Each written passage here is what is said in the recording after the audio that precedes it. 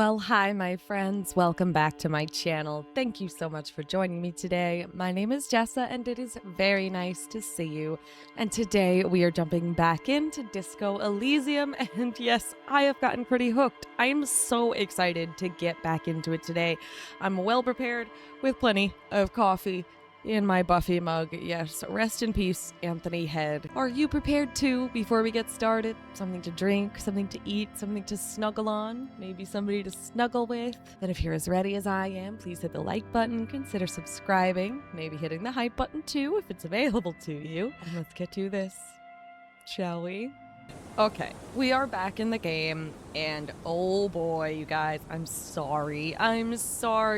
Many of you, while being very kind about the save scumming thing, did express your disappointment that I had the nerve to save scum over what was apparently a very good moment in the game. Apparently that failure I decided to reload would have been really, really fun, and now I have regrets, but you know what? It is what it is. I got a little too excited about that check because I'd been waiting to get that check and succeed that check for so long. I'd been all excitedly building up my authority and seeing what we could do about that one check that couldn't be retried with Titus Hardy.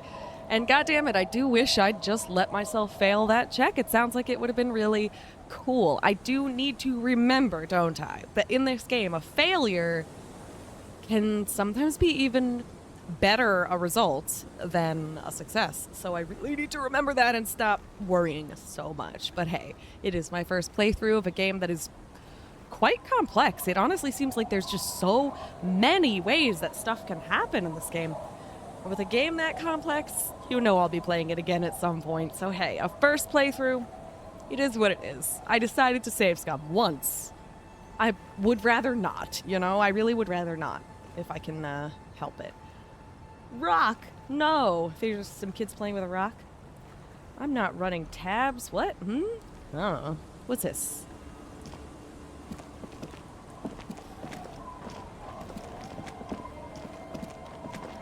A lot happened last time, though, guys. Like, a lot. Cinder blocks. Charred. A makeshift fire pit with magazines for lighting. The bushes are too thick and thorny to pass through.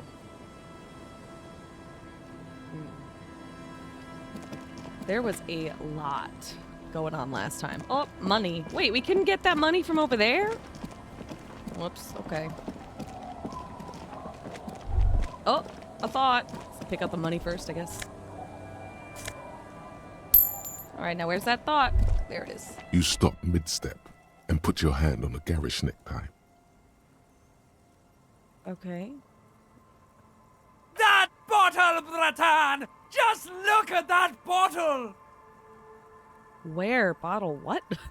I really don't care about any bottle. I don't want to look at it. Bottle. Okay, cool. What do I do next? I don't know what bottle. Where? Bottle what? In this drunk's hand, on the pipe there. Okay. Glowing blue. This guy? A mysterious, otherworldly blue, filled to the brim with holy mysteries. Rosemary. It's hard to know what exactly your vivid interior is speaking of here, but I'm guessing it's got a lot of alcohol in it. I would assume. I really don't care about any bottle. I don't want to look at it. You should care! I'm getting a very special vibe from that bottle. Please go talk to him. I need to look at it closer. The horrific necktie is what's speaking here. And perceiving the horrific necktie as speaking as being kind of the inner voice that feels suicidal, it makes me really not want to look at that bottle, but at the same time, I'm too curious. And what if that bottle could potentially bring back a memory? I don't know. Let's see. I should certainly talk to this guy at the very least, huh? What's up, dude? Grumbles an unshaven man with a ruddy nose. He narrows his eyes at you as if in recognition, and turns his head away. The noxious odor emanating from the drunken man is strong and familiar. Oh. Don't you call her? Yeah! Don't call Abigail! Okay? I am the law. Who is Abigail? I'll call whoever I want. Don't tell me what to do. Who's Abigail? Yeah, who the fuck is Abigail? Abigail, Abigail. don't you fucking call Abigail. He draws out a disgusting snort, then mumbles, waving a finger in your general direction. Abigail is his wife or girlfriend. Chances are she's gone. Calling her wouldn't make it any better or worse. Never thought you'd see such a thing in your life, but this guy's a little too drunk. Who are you? What's your name? Where am I? What is this place? Why shouldn't I call Abigail? Who are you? What's your name? Don't call Abigail. Okay. His eyes move around erratically, the look in them hazy and unfocused. Why shouldn't I call Abigail? He snorts and beckons you to lean in closer. Lean in. Don't call Abigail. Don't call Abigail. Okay. His breath smells harsh, like a toxic swamp as he whispers to you. He then waves his hand as if shooing you away. Where am I, though? What is this place? The man hiccups, then mumbles something unintelligible. Tell me about your friends. Point to the others. Don't you fucking call her. Hear me? Abigail? His voice trembles with every word, becoming even weaker. Goodness gracious. Hey, I'm on an important official investigation, and I demand you answer my questions. This poor guy is too drunk to answer questions, clearly. There's no use But- in yelling at drunks. He's barely holding it together. Fair. I'll leave him alone. The drunk man starts coughing, a really disgusting, hacking cough. He does not sound well at all. Don't call. Slowly, his head nods off to the side, and he passes out, tongue dangling from his mouth. Ew. There was little chance he'd be a reliable witness anyway. Yeah. All right. And how about we talk to his friends then, huh? Hey, tequila! Idiot doom spiral. Goodness. A 30-something man clad in a two-piece lycra? TM. All right. So we've got a copyrighted lycra. Lycra, right? Maybe? Whatever. A lycra tracksuit puts down his pilsner and extends his hand in greeting. Good to see you. How's business? How's the whole reality situation treating you? Huh? Idiot doom spiral. What? Is he talking to us? Is he calling us tequila? Maybe he knows us. Ooh, maybe he knows Harry. Shake his hand. So what's happening? He picks up his beer. Wait, tequila? Yeah, Tequila Sunset. How are the, high-concept, reality-based adventures proceeding? I love his portrait. It's like his head is fracturing into the background. It's gorgeous. Good. These people know your true name. Looks like it has preceded you, Mr. Sunset. More on that later. Goodness. I like this guy. You should too. He respects you by calling you your true name. Oh boy. Let's see. Oh, not too hot. I'm on a 50-year losing streak. Reality makes me aggressively sad.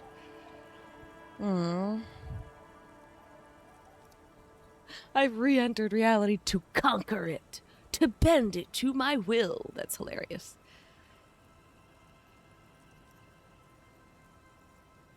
Not too hot. I'm on a 50-year losing streak at this point. That's harsh. Yeah. I'm like 3 or maybe 4 years into mine. Wait, no. Make it 5. He looks at his shit-stained lycra with a grim expression. Things aren't going super well for Idiot Doom Spiral either. Haven't found those keys yet, haven't won that great piece of ass back. No word from my business buddies. He takes a sip from his beer. haven't won that great piece of ass back. Ew. That's not any way to talk about a woman. Jeez Louise. This guy's your buddy. You feel it Buddy, immediately. buddy. You belong to an organization, a fraternity of drunks. What do you guys do around here? We are saving the world. He looks at his comrades. Please don't go. Don't go. Begs the man in the pipe. Okay, we're drinking. We're drinking alcohol. That's what we're doing. I tried to save the world once, a long time ago, with enterprise, creativity, and willpower. But that didn't work out. So now, it's a pirate's life for me. What is a tequila sunset? You keep saying it. I mean, it's a drink. It's the name of a drink. But I'm curious what he'll say. What is a tequila sunset? It's you. Your tequila sunset. How do you know this? We've met before. Don't you remember? No. Aha. Do you want to know how Tequila Sunset came to be? Yes. Tequila sunset. Something ominous there. For some reason, the name tequila fills me with foreboding. Maybe I shouldn't learn what it means?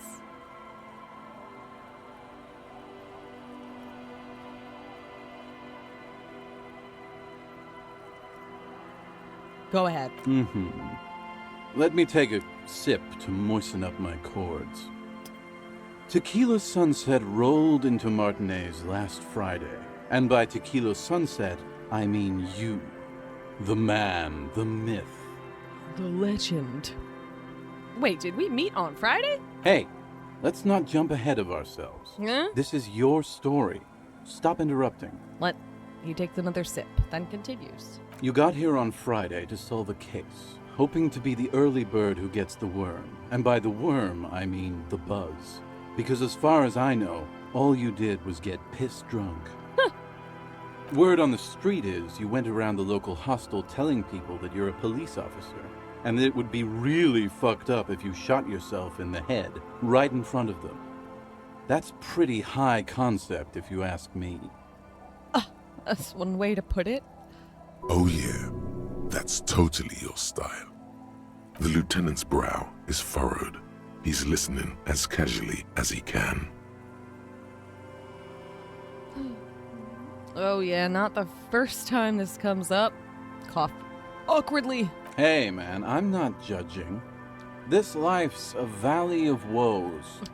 Some of the highest concept people in history have killed themselves. And been drunks. Either way, it was a late Saturday night when we, the Union of Moribund Alcoholics, got our drink on. Nothing remarkable about this. We get our drink on 24/7. Makes everything warm and glowy. I trust you know the feeling. Sadly, I'm sure Harry really does know the feeling. Oh, yes, you do, Oh. Bratushka! The only thing better than that is putting the pedal to the metal after you kiss the tie. And off we go. Bratushka! That's killing me. God, this is so sad every time the horrific necktie speaks. And it's funny because the horrific necktie speaks in such a, deliberately comical kind of way. But it's so not comical. Pushing the pedal to the metal after you kiss the tie. And off we go. All I can think is that that's again a reference to suicide. One moment we hear the sound of a motor carriage revving up somewhere on the plaza, followed by a series of dings and bangs. Do you remember the sound of wood cracking? The billboard? Naturally, loud noises pique the interest of anybody owning a pair of ears. That's just the reality we're in. Naturally. Anyway, there was a brief silence. A gasp of silence, if you will. Followed by a real commotion. We heard the carriage careening towards the coast at top speed. Sounded like someone jumped the canal. We grabbed our brewskis and rushed to the jetty. Never underestimate the speed of an alcoholic. What we saw was a sight to behold. A beat-up police carriage containing you. Right there on the beach, you revved the engine and screamed at the top of your lungs, "The time hath come!" Wow. So, naturally, being the curious cat I am, I asked what time hath come, to which you replied, "The time hath come for tequila sunset, the end of all things." Wow, dramatic. Oh God, what happened next? Or I could say nothing. It's more dignified that way. Is it? Is anything about this dignified? Oh man, every word I said was true. Tequila sunset will break the looms of reality. That is so fun. What a fun thing to say.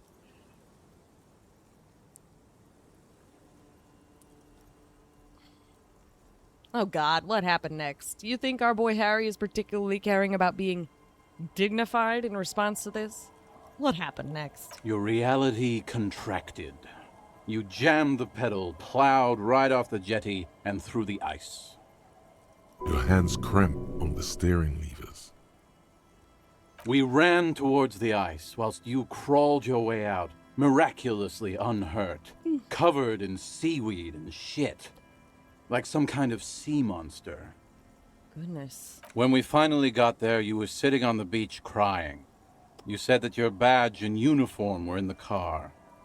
It was too late to get in there, though. The carriage had sunk too deep. Recognizing a brother in need, we offered our condolences and invited you to party with us, which you naturally agreed to. What else was there to do? Thank you, brothers, for your helping hand. We asked about the whole tequila sunset thing, and you told us it was your name now and insisted that we all call you that from then on. Wow. Wait, so Tequila Sunset, is Tequila Sunset an event or a name? I mean, it sounds like it's a drink or something, and then it's your name because you decided it would be that night, but my real name is Harry. Actually, why not ask this? Wait, is Tequila Sunset an event or a name? I'm not sure. I think you were the event. I am the Tequila event. sunset. You know, as opposed to a tequila sunrise, which is long gone. Ay. Well, my real name is actually Harry. Actually, technically it's Harrier, but yeah. No, that's just what your mother called you. Your real name is Tequila Sunset. Just embrace it, brother. All right, dude. How long did we party for? Hours. It was an all-night drink-a-thon. Great. Then, at some point, I think it was Sunday morning, you got belligerent and wanted to talk about Revacholian women. Of course. How they're beautiful and also whores and so on. How Holy one shit. of them fucked you real bad. After a short while, you crossed the event horizon, looked sullen, got up, and left without saying anything. Wow, that's quite a story. Yeah. Yeah, I bet Tequila's a fucking legend around the precinct. You must be proud to work with him. If you only knew. Oof. Wow. Let's see. Did I tell you anything specific about this person that fucked me? Did I mention losing anything else? Did I say anything about my colleagues? Say anything about the case? Did we talk politics? Did you get a read on what kind of cop I was? Did I tell you anything specific about this person that apparently fucked me? You were pretty vague about it, but you kept saying you got fucked real hard, and that we've all been fucked too. Please, don't open that door. Oh shit. No one's fucked me. I do the fucking around here. Okay, Rosemary, whoever you are. Abigail. Don't call Abigail. I like Don't Call Abigail's portrait too. It's also like his head is kind of disintegrating into the background. But he's upside down. It's almost like there's a serious head wound because this color that is like his flesh color is just spilling. Oh, how gross, but beautiful. I love it. Anyway. It seemed pretty painful, to be honest with you. If I had to guess, I'd say you're still working through some shit. Sounds about right. Did I mention losing anything else? Beside your gun and your badge? You said something about your hope or heart or something. To be honest, the details are a little hazy. In retrospect, I guess you lost your motor carriage too? Fair, That's a yeah. big one. That is a big one. And did I say anything about my colleagues? You told us that they were a bunch of fucking losers whose main interest was cramping your style. Oops. It's more like you were cramping theirs. Oh. Empathy knows that. That's so depressing, though, because it tells me our boy Harry here, he can feel other people being annoyed by him. And that is a horrible feeling. No specifics, though. It was more about you that night. You were the star of the show. Okay, did I say anything about the case? Yeah, you said it was no biggie and that you'd solve it in no time. No biggie. And that you didn't need anyone to do it. You're doing it solo now. Oh my god, Harry, why? A lot of cops go solo and hermit once they reach that level of alcoholism. Oh, Kim. It's not meant as a joke. He's sorry for the hermit cop. Did we talk about, politics? Yeah, you kept talking about how the coal mine owners were fucking us all over, just like that woman fucked you. Wow. I didn't agree with you, by the way. The spectral hand of the market makes sure everyone gets exactly what they deserve. He takes a long sip of beer. Uh-huh. Did you get a read on what kind of cop I was? You kept apologizing for being such a bad cop, and for the damage you've inflicted on everyone around you. So, sorry cop indeed. You also kept pausing to knock the heel of your hand against your temples, saying, "Stupid, stupid, stupid." Oh man, poor Harry. He must have been in the worst fucking state. And something about the way Idiot Doom Spiral is saying this makes it feel like he's mocking our boy here, and that's sad. I mean, he's at the very least, he's just imitating us to show us how we were acting. But why is his name Idiot Doom Spiral? Is he just a representation of alcoholism here? Wild. I don't know, but I don't need to hear any more at this point. Thank you, Idiot Doom Spiral. It's a hard thing for a man to confront his past. That's why I avoid mine at all costs. Oh, well, isn't that quite the way of an alcoholic? You seem like you're characterized by your storytelling ability. Want to tell me another one sometime? Why not? Whoop-de-doo. So now I'm a fucking storyteller. Right. Why not? Better than a beach bum. There you go, I guess. Yes. Want to tell me how you became Idiot Doom Spiral? Because I'm certainly curious. Excuse me. Hold on, I want more coffee first before I do this. Thank you very much. All right, I'm back with coffee. Now, yes. Want to tell me how you became Idiot Doom Spiral? Like, what a fucking nickname. It depends, really. Are you willing to help me out? With what? The gleam in his eyes and the slouch in his posture is so incredibly familiar. Oh boy, of course. You want booze, don't you? Let me ask, what do you need? Instead of putting the idea in his head. Although I'm sure I'm predicting right that that is what he wants. That's what alcoholics usually would want. Ugh. What do you need? Booze. Did you already forget our party? The thing I relayed to you earlier. Yes, I know. So, have you got anything for good old idiot Doom Spiral? A bottle for a story. Seems fair to me. Wow. I had the option to say I'm not an enabler. Listen, I don't want to be an enabler. But there is something to be said about knowing an alcoholic is going to get their alcohol no matter what you do. And something to be said about the fact that our boy has this Commodore Red in his possession right now. And is willing to give it up.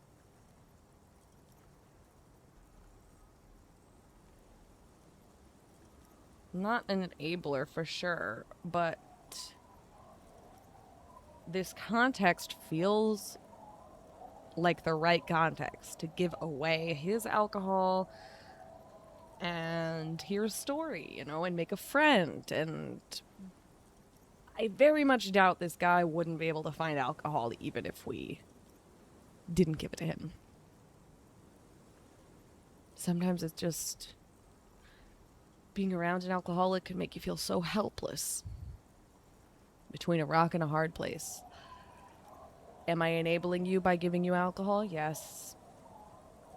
Am I breaking something in our relationship by not giving you alcohol? Yes. Oh boy.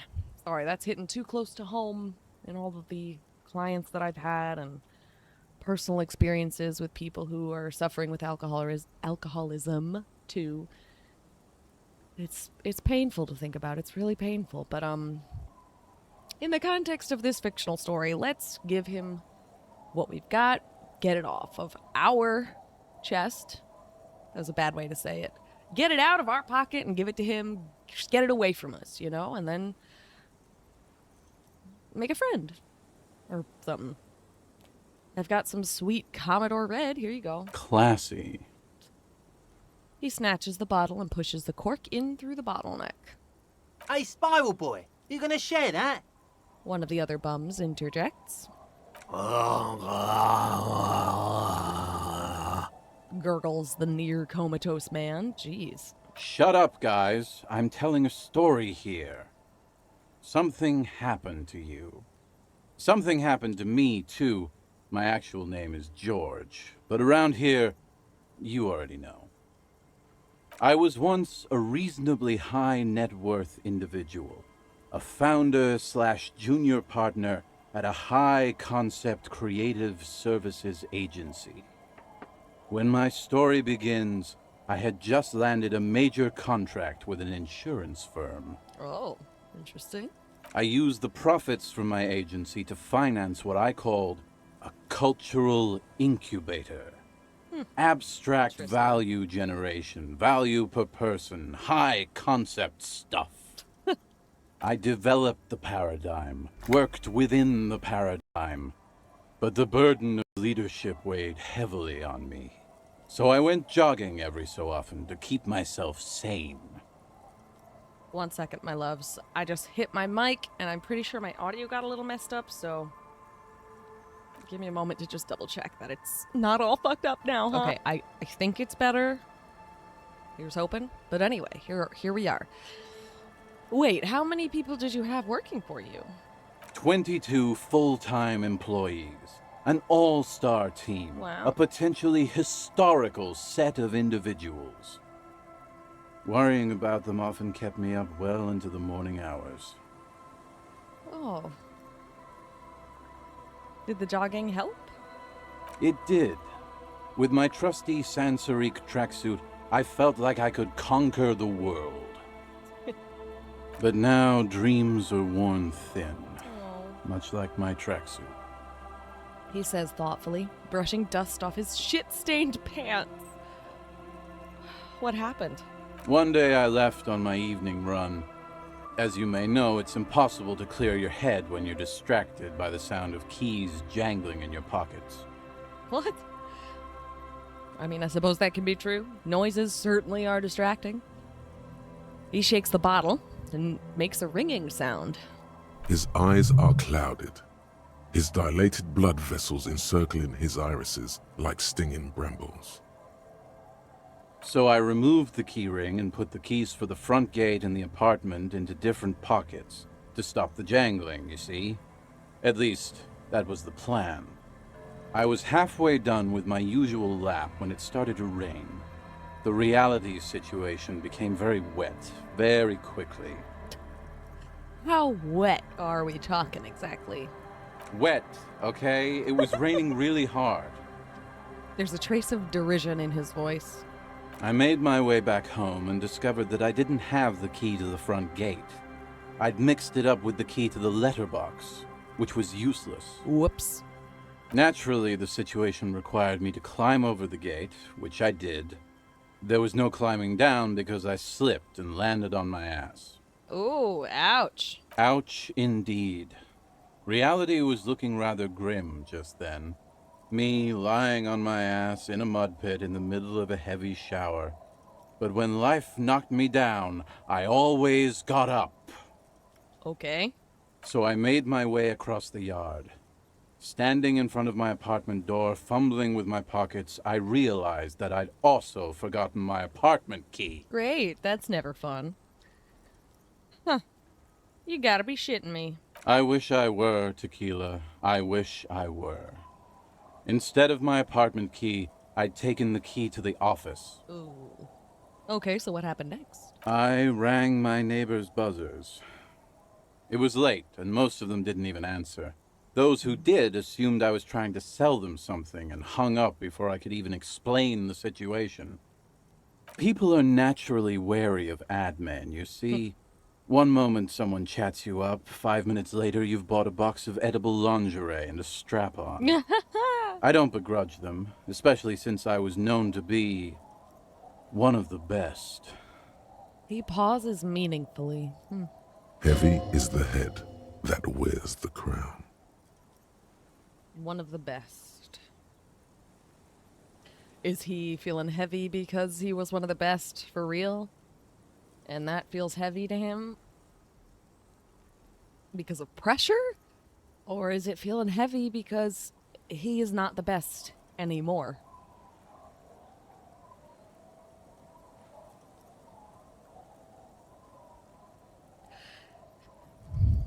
And because people are naturally wary of people like him who are trying to sell shit, huh? Just then, I experienced a moment of clarity. I still had the key to my office. Huh. I could wait out the storm there. Cool. But when I reached my office, I remembered that I'd asked one of my producers to change the locks that day. And since I hired only the best, he'd already done it, and I couldn't get in. Anyway, long story short, life spiraled out of control. I haven't gotten into my apartment for years, and my girlfriend left me because she didn't want to date a homeless man. The company, well, you see where I'm going with this. Oh boy, yeah. So, now you've heard my tragic tale. What do you think? Like nothing you've ever heard, huh? He takes a long swig of his drink.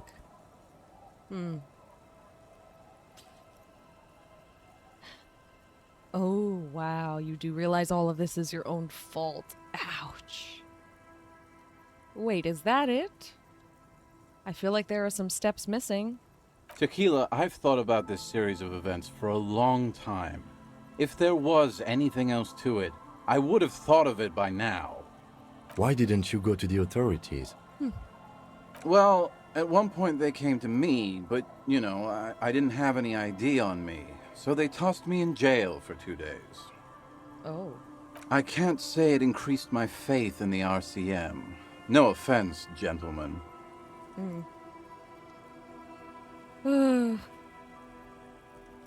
Wow, I don't even know what I can say.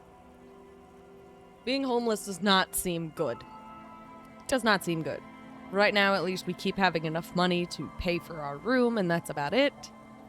I guess technically he is almost homeless, but I would like to think that he can see the bad in that and would like to avoid him, staying homeless for the foreseeable future.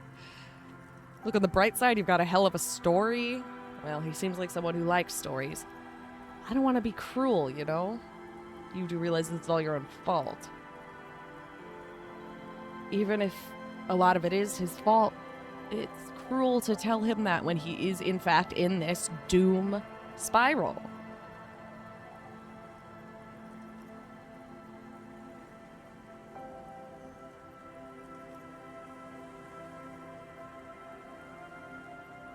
Look on the bright side, you've got one hell of a story. This feels awful, because Harry is not a therapist himself. And even a therapist themselves would not be saying, this is all your own fault. You'd say nicer than that, you know? Try and make them see that their own actions led to this. But he likes stories, you know? Maybe this is a nice thing to say. Look on the bright side. You've got one hell of a story. Yeah.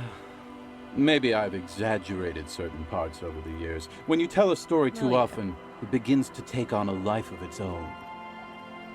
But what matters is that it's true to my subjective experience. Anyway, that was all the story one bottle gets you. Almost empty, this one. Ah. Why do you keep losing all your stuff? Good fucking question, Tequila. If I knew the answer, you think I'd be hanging out on a beach in this formerly premium but now extremely dirty two-piece lycra tracksuit? Oh, it's lycra, not lycra. All right, then. I used to own my reality situation. My business buddies and I had our own creative services agency. I had a nice apartment, an even nicer piece of ass. But somehow it all got away from me. Now I can't hang on to anything. Just last week I stole this nice new jacket, but then I lost it too. The only things I haven't lost are these two drunks. You of all people should empathize with this. Perhaps this lost jacket is something you could help with? Oh, maybe.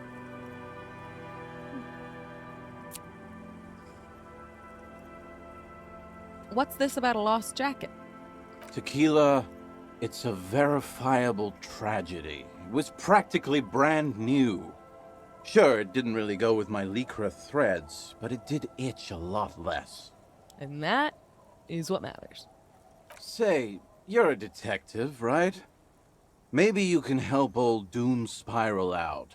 Solve the case of the missing jacket. What do you say, Tequila? Wait. Oh, this is funny. You're asking a police officer to help find a jacket you stole and then lost? Yeah, exactly. You're here to serve, right? All right, sure. I'll bite. Where did you lose it? If I knew where I lost it, don't you think I'd have it? I mean, maybe I was up by the boardwalk, or walking along the beach, or checking out the abandoned fish market. That's a lot of places. Okay. Somewhere north of here, that's for sure. You could ask around, see if anyone's seen it. Good idea. What was the name of your agency then? My agency. Man. The Boom Boom Room. What? Our concept was combining high art with the lowest forms of marketing. The color red, breasts, and oil painting. What? I convinced my partners to reinvest some of our profits in an even more high-concept cultural incubator called Thin Air. The artists were happy, the clients were happy. Okay. I was financing a group of poets in East Revachol who were developing a new universal poetic language. What? But then it all went to shit. He looks towards the bay. Oh my god. These are great answers. Man, mixing high and low, commodifying culture, that is extremely my shit. Mixing oil painting and breasts to make ad isn't high art. It's just cynical wankery. Oh my god, that's funny. That is really funny. I like this answer so much better because it's funnier. Man, mixing high and low, commodifying culture, that is extremely my shit. I know. What? It was fucking awesome. Oh. Too bad I went on a jog, unleashing a cascade of doom that washed it all away. Damn. What's up with the tracksuit? What? You've never seen 100% Lycra before? Go on, feel that primo material. The man extends his arm. You really shouldn't touch it. Why does Half-Light think I really shouldn't touch it? I'm scared now. I'm scared now! Ah! Hold on. I need a quick reminder about Half-Light. I don't know why. Something about the Half-Light thing. I still have trouble remembering what it's all about. It's fight or flight response. That makes sense. Yes.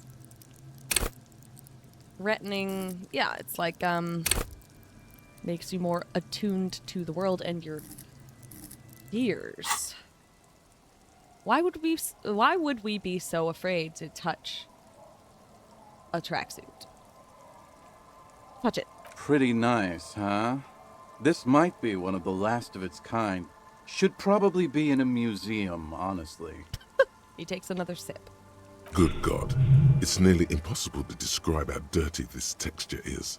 It's like rubbing two jellyfish skins together. Ugh. You feel about 15% less human for having touched it.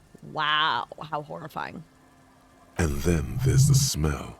But you don't even want to think about that. Ugh, great. Wow, you're lucky. He never lets me feel it.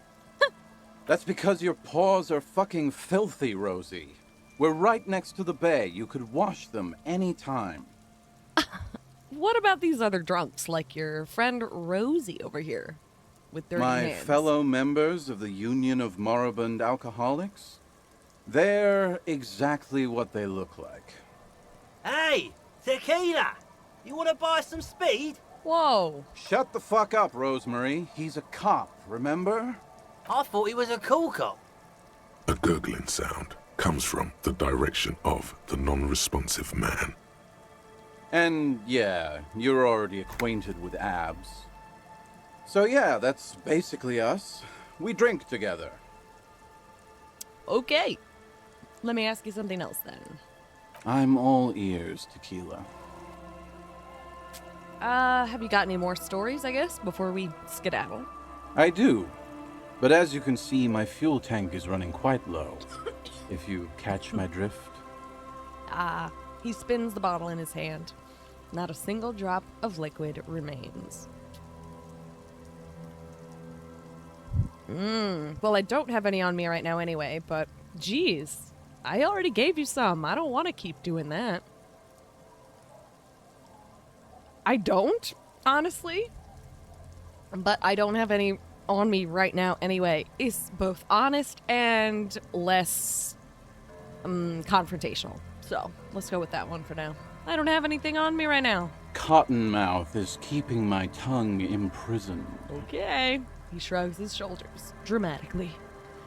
Be seeing you. You too, Tequila Sunset. Bye. All right then.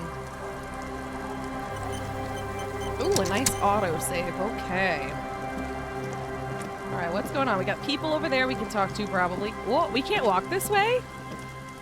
We can't walk this way because of the trees. I am surprised. Okay. The way she fucking goes. The street sign is illegible below the graffito. Hard to see the details. The colors, all warm and welcoming, are cozy though.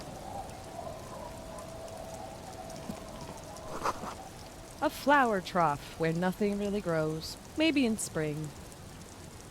Ooh, there's a lot of things to look at. Should we go in here? Maybe talk to these kids first? Or this person?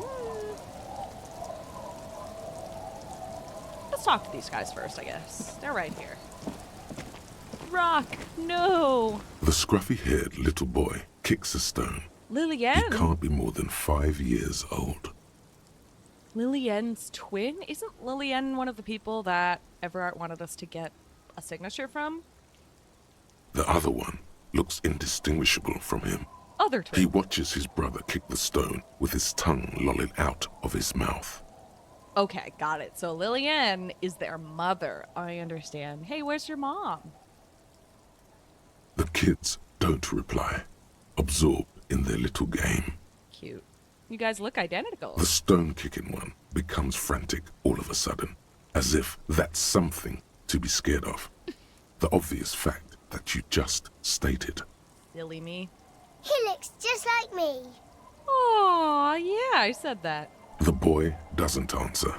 His brother throws another rock. Both of their hair is covered in some kind of dirt. The rock kicker was just being shy, but now he's enthusiastic again. You're bad with kids. The lieutenant remarks with evident glee. What? Oh my goodness. And what are you, Kid Master General? Oh my goodness. I am. Yes. Don't worry, everyone is. How about we do some police work now? We're not getting anything here. All right. Bye, kids. Take care.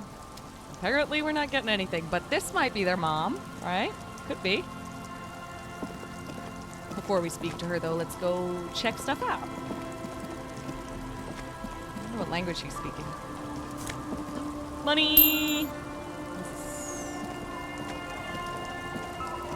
can't see into the house from this angle. It's locked tight, and we have a skill point. Oh, fuck. That's awesome. All right, we're gonna go talk to her next. But before we even do, let's open shit up and see. What have we got going on?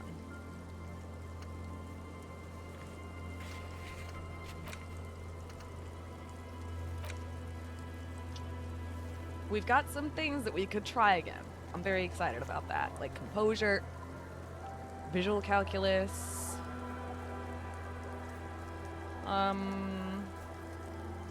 perception we want to do.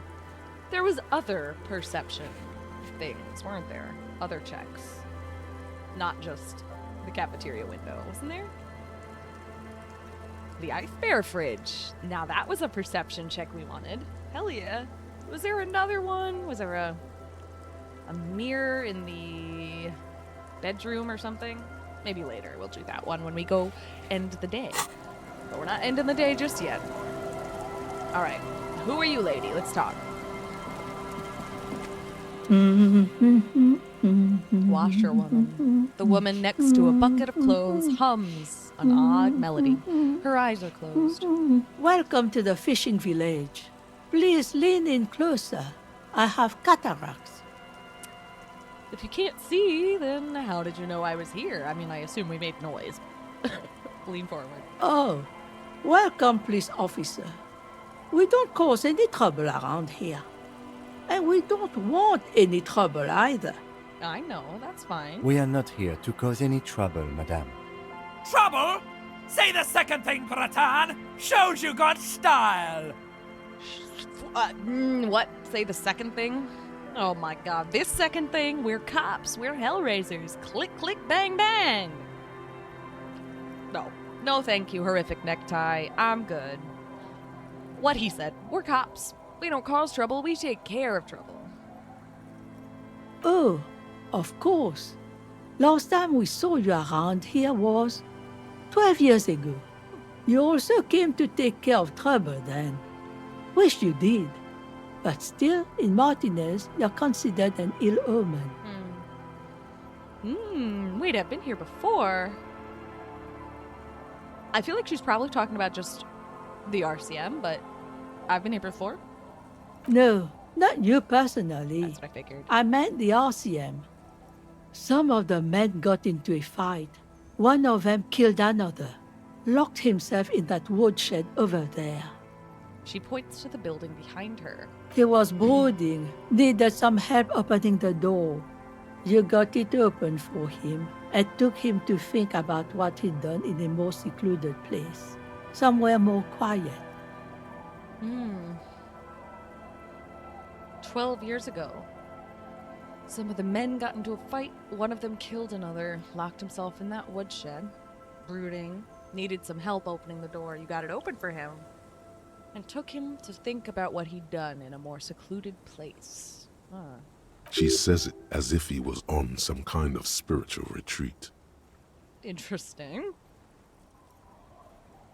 What kind of an ill omen are we talking about? Oh, the usual. Dark tidings. Black hound. That's you, all right. A black hound licking your own heels. I am an ill omen, all right. If I'm considered an ill omen, why hasn't anyone told me that? I am an ill omen, all right. You're not. No one around here considers us an ill omen. People would have told us. Thank you for the reassurance, Kim. Maybe they are afraid. Ooh. Why?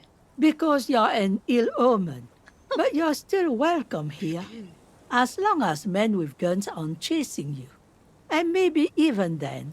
Because that's the kind of fishing village we've built.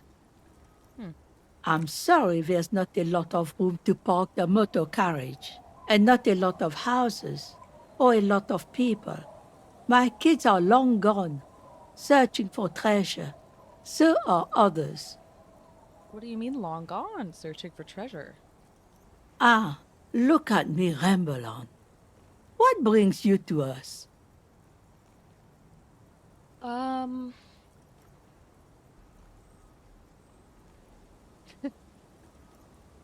What is in this fishing village? Sure, let's start there. Just us. She's It's asked barely a village anymore. We almost don't exist. Won't exist. What do you mean? This is pretty much a non-place. A gap. A blank spot on the map. Just a cluster of nameless shacks on a nameless street. There's gotta be something here.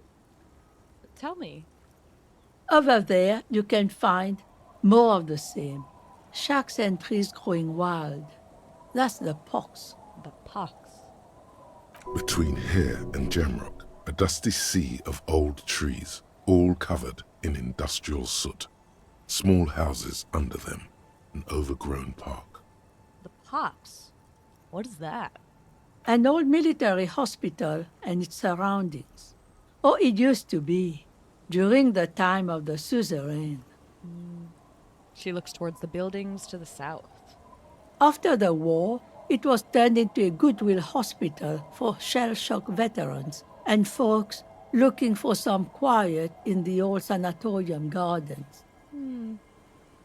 Now the area is crisscrossed with nameless streets and makeshift cinderblock houses, shacks as far as the eye can see. What happened to the hospital there? The goodwill ran out. Oh. The staff left and the place was shut down. It's long gone by now.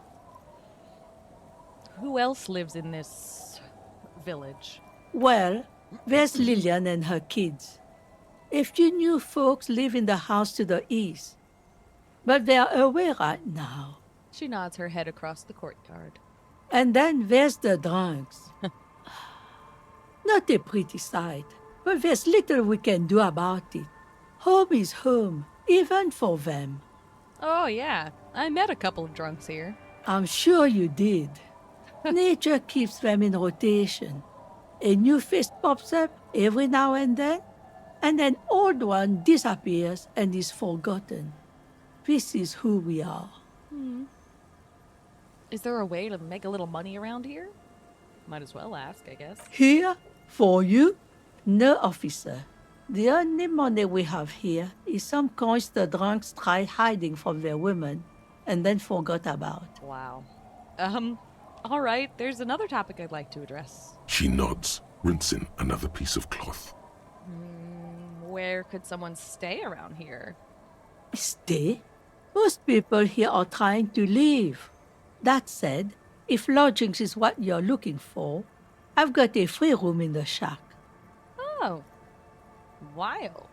Well, I don't know if I can afford another place to stay, honestly. I won't charge you for it. Oh. Take it as a gesture of goodwill from the village to the RCM. Huh. Wait, hold on. You're just giving it to me?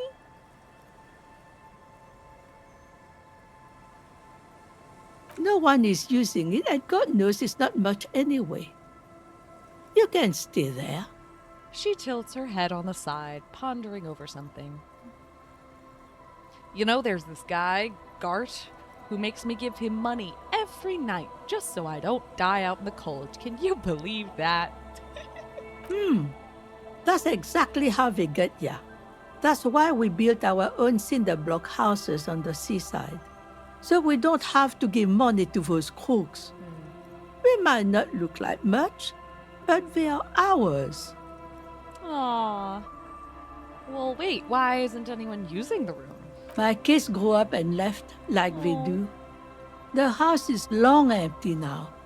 I live in the small side attachment. It's easier and cheaper to keep warm.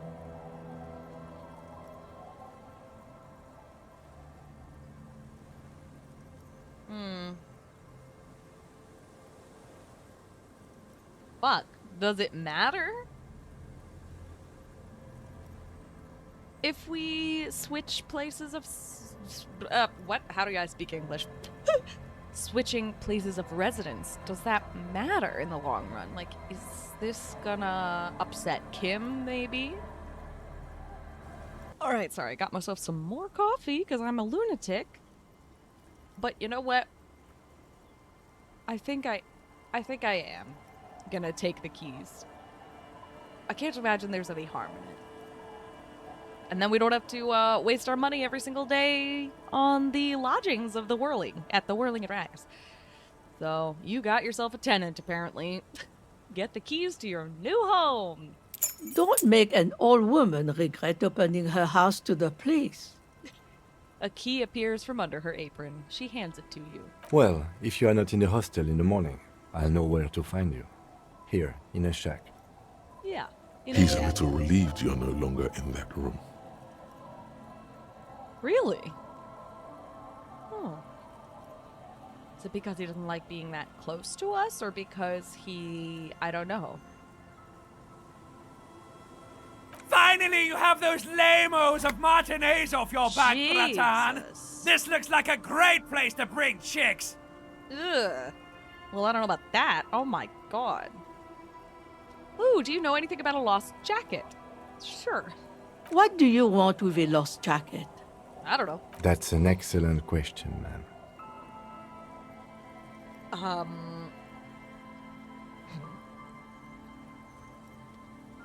There's honor in retrieving lost things. Cute. Very cute. Sure, there's honor in retrieving lost things. Aye. Laundry fetchers are some of the most honorable people I know. Her smile gleams like a freshly honed knife. Are you getting a reward for it at least? No. What? You're fetching someone's missing laundry free of charge? Do you not have anything better to do? In fact, he does. The lieutenant glances at his watch. I do. None of my business, either way. How you spend your hours is up to you. Anyhow, you might ask Lillian if she's seen anything lately. That girl's got a way of attracting lost and broken things. Okay, thanks. What's further down the coast? Not much. There's the abandoned church, the DeLorean Church of Humanity. It's been there since before my time, even. Why is it abandoned? Some things just don't fly, officer. Look around. Who'd go to church here? They built it 300 years ago. Must have been nicer then. She smiles a gap-toothed smile and smells the air. So, they don't hold services there anymore? The Ecclesiastes. Ecclesiastes.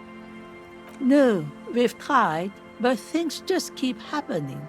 Crime, accidents, other things. The place never stays open. It's a pity.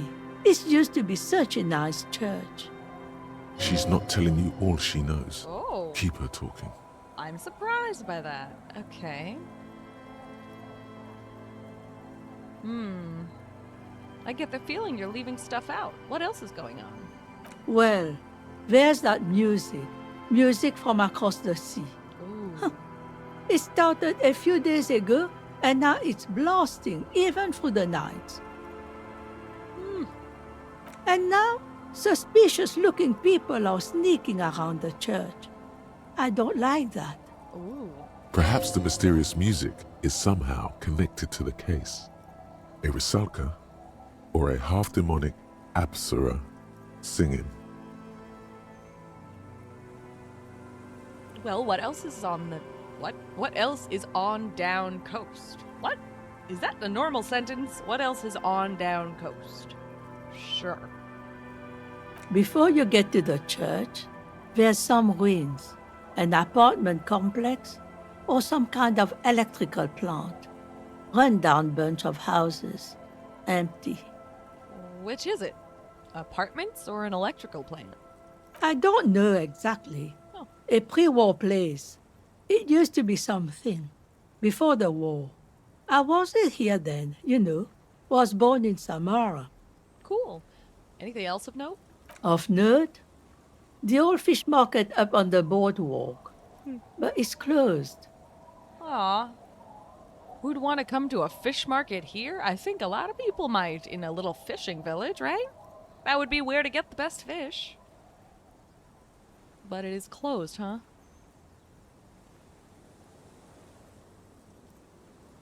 Why is it closed? I wonder if I click this, it will tell me why it's closed? But it feels kind of insulting. I don't know. I'll ask it anyway. Who'd want to come to a fish market here? No one. That's why it's closed. Oh. It was then. once a bustling place, back when I was young, and so was everyone else. Now, what catch we do bring in goes straight into a lorry for the Delta or somewhere else. That's it? There's gotta be more along the coast, right? What? You're one of those real estate people with big plans? If you want a development opportunity, you can check out the abandoned building over at Land's End. Used to be a supply depot, we think, sending goods and ammo across the bay. It's jammed shut though. We tried to get in, see if there was anything to sell or scavenge, but it's impossible. And now you know everything there is to know about this coast. She drops a bar of soap into the bucket with a splash. Well, tell me about yourself. Who exactly are you here? Me? No one. Just an old washerwoman. Mother called me Isabel, if that's what you're asking. And my married name is Sadie. Sadie, like that's your surname now that you got married? So you're Isabel Sadie? Right? Now it's your turn, Mr. You can call me Tequila Sunset. No. Lieutenant W. Freighter Harrier Dubois. Quite a title and quite a name. Quite a handle you got there. So many titles. One of them double. Indeed. She's got a couple of ranks herself. Honored chief and so on. Oh, shit! That's why the name is familiar. Isabel Sadie, right? Well, fuck yeah. I was asked to get your signature. Hand her the envelope. Eh? What's this about? Come now. I can't read all this scribble. Oh. Tell me what it says. Oh. Everett wants to turn part of the village into a little youth center. It's just a real estate deal, nothing ominous. Shouldn't we be honest? Everett wants to turn part of the village into a little youth center? I feel like there's a chance she'll hate that, though. But let's do it. Huh. I might be half blind, but it looks like part of the village is gonna be a street. The best part. The part we need to get out of our houses. What do you mean?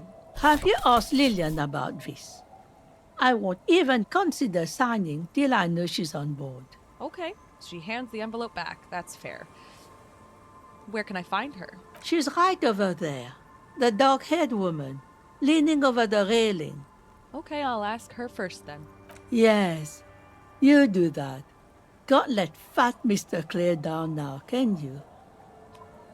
All right, goodbye, new friend, Isabel. What's her name? Isabel Sadie. Goodbye, I'm off. Ooh. Honorable One, you have accumulated a substantial amount of honor points on your life path. You are a man most virtuous. Wait, there were honor points? Of course there were honor points. Did you think no one was paying attention to all of your honorable deeds, Honorable One? I only try my best. The most any of us can do. Oh, the modesty on this one.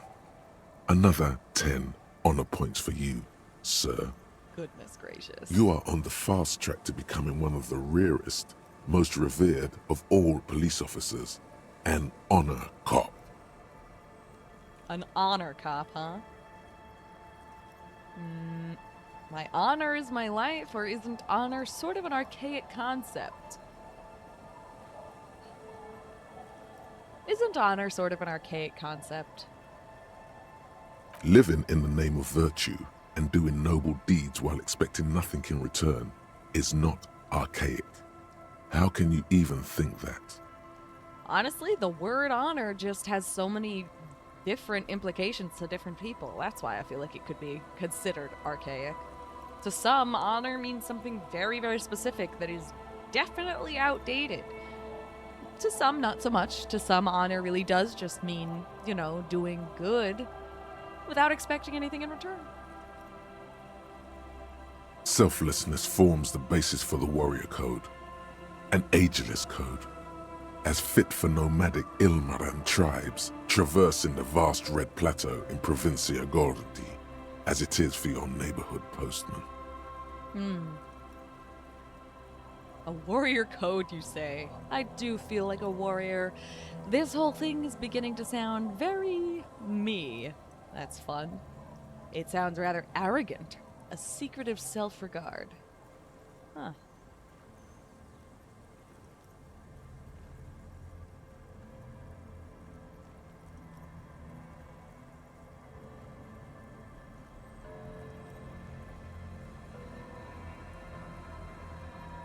This is interesting.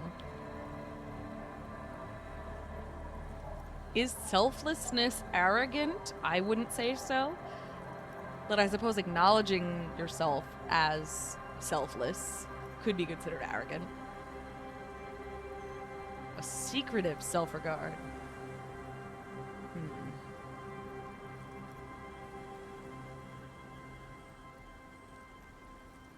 I think I'm gonna say that, though. For some reason, that sounds right for his character. I think it's because we've been leaning so sorry cop that it does seem like he would probably feel like, totally, I want to be a selfless, hardcore warrior type of guy who's selfless and honorable and all of that. But I can absolutely see him basically responding to that thought himself, being like, oh god, doesn't that make me sound arrogant as shit? Sounds rather arrogant. Secretive self-regard. No, no, no. You see, you're putting the needs of others above yours. Okay. You get nothing in return, not even praise. You always get the short, noble end of the stick. Don't think about it too much. Just say it. Are you ready to get knee-deep in honor? Sure. My honor is my life. Why not? Yes, your deeds are spoken for you, Honorable One. But to fully drape oneself in an eternal cloak of honor, a ritual must be completed. A rite of honor. Even among the honorable, only the most dignified are deemed worthy. But you, O Honorable One, have excelled in honor. Honor comes from deep within you. And to truly know oneself, to know one's honor, one must reach deep within oneself and touch one's honor. Okay. You need to bring the thumb of your right hand, your sword hand, to your rectum and stick it in there to form the Arch of Honors. What the fuck? What the fuck? What? I don't know. Just like that? Outside? What about people? All I ever wanted was to live with dignity. To die with honor. Oh my god, no. You're crazy if you think I'm just gonna stick a finger in my ass. Oh my god, I'm dying. No way. I don't know, just like that? Outside? What about people? That's crazy. People will be in awe, admiring a police officer most honorable, in a sacred ritual of uttermost righteousness. No one's going to be in awe. No one's going to feel admiration watching us stick our thumb up our ass. What are you talking about? You're crazy. You're crazy if you think I'm just gonna stick a finger in my ass, brain. No way. Most dishonorable are those who have known honor, carried honor in their hearts, and then disowned honor. They are the honor fallen. Fine. You brought much shame on your family today. Your name will forever be tarnished by this most shameful of deeds. Be forever banished, shameful one. Okay. That's hilarious. And what's this? Tremble. The time is now. Ta'ola. Interesting. Why are we feeling this fear? What time? Time for the show. For Ta'ola, the hallowed time of fear and disintegration. A countdown has begun. All will collapse on itself. The world will disappear into a single grain of blackness. All sound will be muted. All life will scream. What? Ha'oya. Was it, or what did he say? Ola? Something like that? Wait, when did this countdown begin? I want to go with this one first because it starts with the word wait, which I feel like we'll always come back to this original dialogue list. Wait, when did this countdown begin? Monday morning, the moment you arrived in this reality, are the first crack in the sheer face of God. From you it will spread. Ta'ola, what is that? Ulogu theodos, xino zausin, ipoli osidien, echondes fronisin. Okay. This is because of the insane world ending I've been saying, isn't it? Proceed. Yes, you spoke the words of the palindropos and the houses of Pericarnassus. Items, people, even words will tumble. All will lose its meaning in the coming years. That is why you marked yourself.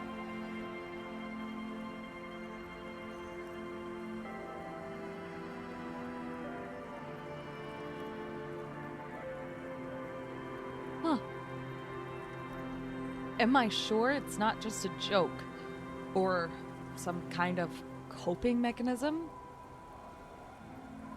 It's totally also a coping mechanism. I'm a little afraid. So you should be.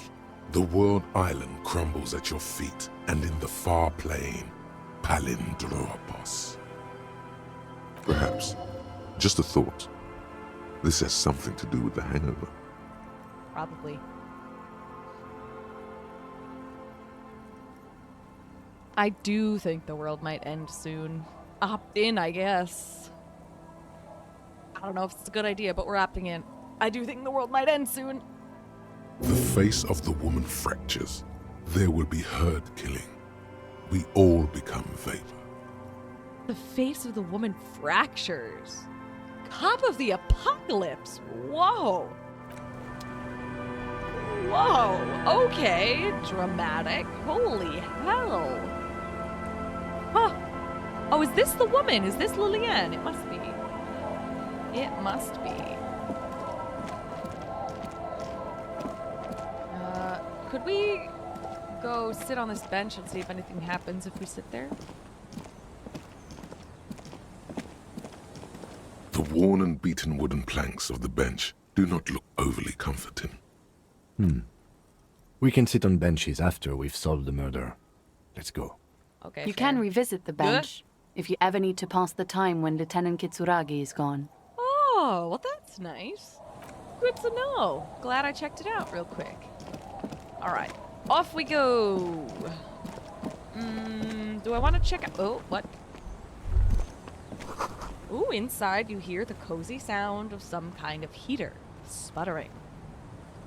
All right, so we've got this house and this house. I don't know which house is which.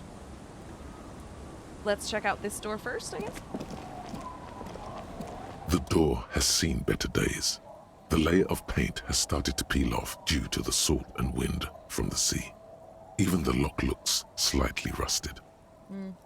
Unlock the shack door with the key. I'll wait outside to give you some time and privacy to check out your new living arrangement. But just so you know, What? after we are done with the day, I'll still be staying in the Whirling in Rags for the night. We'll meet in front of the shack in the morning. That's The fine. key turns with a satisfying click.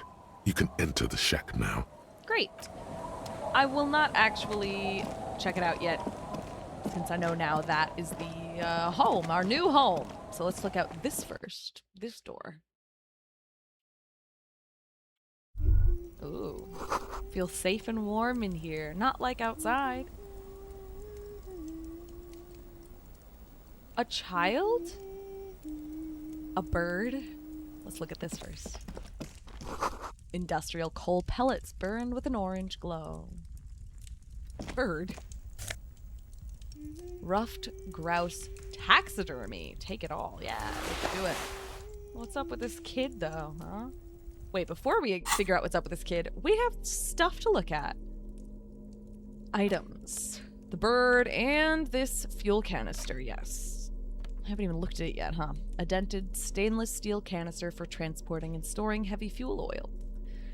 A logo on its side has been partially stripped over years of use. The government-issued red dye fuel oil inside looks like paint, though it smells much, much worse. Ruffed grouse taxidermy. The dead body of a grouse stuffed with some unknown material. From a distance, it might just pass off as the real thing. Ugh. The bird itself looks extremely ruffled and slightly grumpy. Interact? Is there something new to interact with here? Don't think so. There's no way to listen Oh, to the tape, but yeah. even just holding the tape makes you feel a little... Yeah, so not that. A police badge on which you... Yeah, I don't think I have anything new to interact with. That is fine. But I have thoughts. Hold the fucking phone. Thoughts, and I believe I have a skill point too. So, let's figure this out. What are we gonna do first?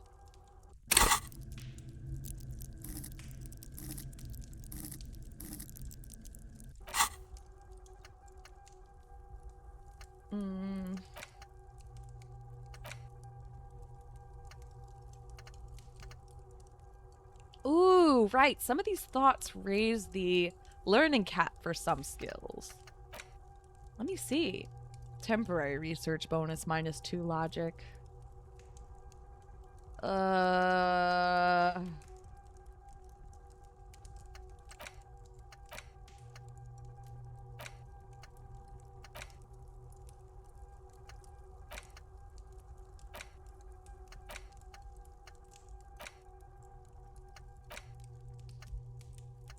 +2 perception. Learning cap for savoir-faire raised to 6. Motorway south, -1 visual calculus, which sucks. -2 to logic also sucks. Cop of the Apocalypse, though. -1 to rhetoric, but that's a temporary research bonus. You woke up in a hotel room and started rambling about the end of the world. It's not your normal everyday doom crying either. Something truly colossal is approaching. The gloaming, the culling, the bloodletting of unimaginable proportions. Until now, you've been pleasantly vague about the precise nature of this cataclysm. No more. Put the bloodletting on the burner and really figure out what's threatening the fragile physical reality you just found yourself in. Ooh, boy, does that sound interesting. Fuck.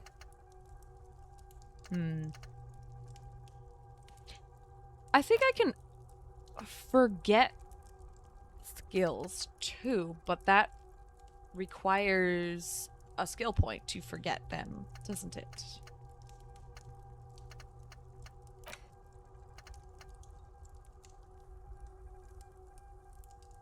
See, I don't know which thoughts will give us anything helpful, because the temporary research, quote, bonuses are obviously not much of a bonus in any way. They are negatives.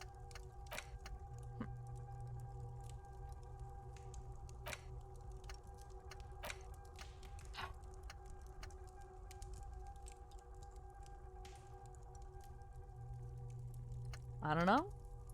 I don't know.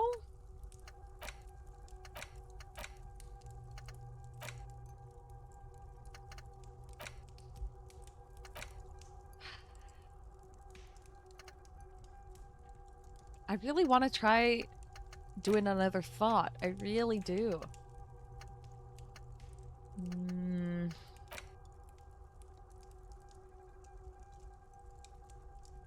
Okay, so because of rigorous self-critique, we are healed morale when we fail an intelligence or psych check.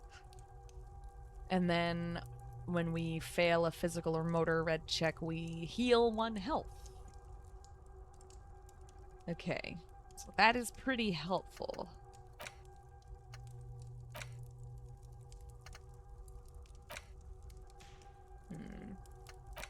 Learning cap for endurance raised to 4. Endurance, where is that? Here. Oh. We only have 1 point in it.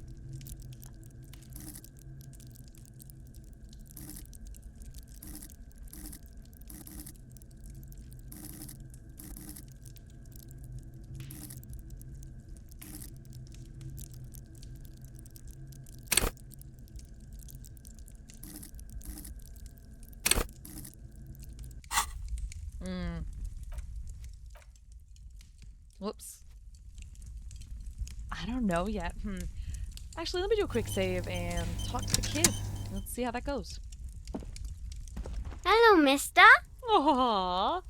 Little Lily, a young girl barely 4 or 5 years old, sits on the sofa. She is looking at you with frank curiosity. She clutches a small stuffed animal. Occasionally, she twirls it around. Huh. I heard there was a girl here who has armored gloves. Is that you? I don't remember hearing that, but that's awesome. Where are your parents? Are the twins outside your brothers? What is this? Show her the stuffed bird you took from the ceiling. Where are your parents? My mom's outside, and I don't really know about my dad. She gives you a bright smile, like that's a good thing. Okay, fair. All right then. I heard there was a girl here who has armored gloves. Is that you?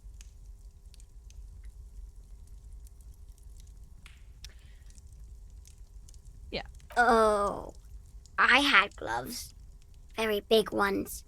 Heavy, too. Where did you get these gloves? Found them when Lemmy and I were playing hide and seek. Oh. In an empty house. Where no one lives. I think someone hid them there. She doesn't want you to think she stole them. Aw. And where are the gloves now? I hid them. The twins were gonna take them. Oh. They're stupid. She lifts her stuffed toy up and looks into its one remaining eye as though searching for confirmation. We're going to need those gloves. It's for important police business. He enunciates the last two words carefully. Police business. Oh. She doesn't seem to understand, but the lieutenant's tone has conveyed to her the important part. They're in my sandcastle. Aww. Behind our house. Under the sand. You can break the castle. It's not very good. Okay, thanks, kid. What is this thing? Show her the stuffed bird you took from the ceiling. It's a grouse. She yelps, smiling broadly. That's You might be cute. able to get on Gart's good side if you replace the broken skewer you almost certainly broke. Ooh, that's a great idea, actually. Okay. Can I have it? I know someone who really likes stuffed birds. Sure. I mean, you already took it. I don't like it anyway. It looks angry. Okay, fair, little Lily. And what is that thing you're holding? Point at her toy. It's Lammy. Oh, He's my friend.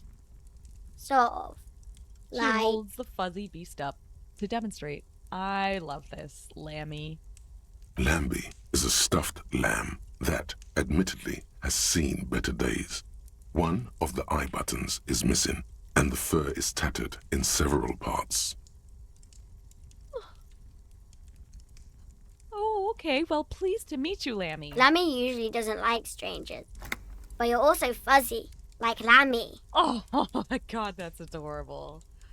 All right, last question, I guess. Are the twins outside your brothers? You know, the ones she called stupid a second ago? Yes. Oh. They don't want to play with me. They're older and play outside. Okay. They look the same. Sometimes I can't tell them apart. They look identical, right? I said the same thing. They look identical. Oh, so sweet. She slowly processes the word, then snickers with laughter. Okay, goodbye, kid. Bye! The girl's large, curious eyes remain fixed on you. Bye. Oh, so cute. All right, let's get out of here again. That was nice. All right, let's go back here where the sand is. My God, the brushstrokes in the sand. Once again, the way they painted this environment is so unbelievably stunning. Oh my gosh, look, something to look at. And sandcastle. Fuck yeah. Weather has not been kind to Lily's little sandcastle. The once mighty towers are quickly eroding away. You can see something shining back to you from what must have been a vast underground catacomb network. Reach in the catacombs and pull out the shiny object. The walls and floors give way to the giant's greed, collapse and present you with a pair of ceramic gauntlets. Nice, dude. Congratulations. That's the gauntlets down then. We're doing good on the armor collection front. Cool. Things to look at here. Oh, that water does not look particularly clean, does it? Rust-eaten letters read Mazout.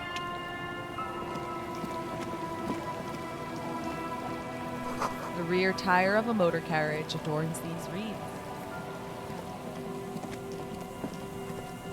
Oh, money. Nice.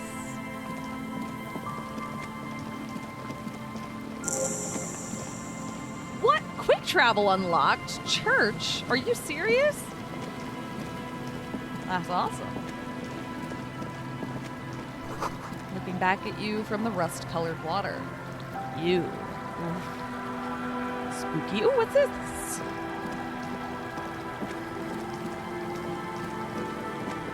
God, I love the shadows on the sand. It's so beautiful. Ah, the environment. A kick drum pulse. The music is coming from somewhere on the ice. Oh. A school of fish huddle around the fence post and scatter into the dark.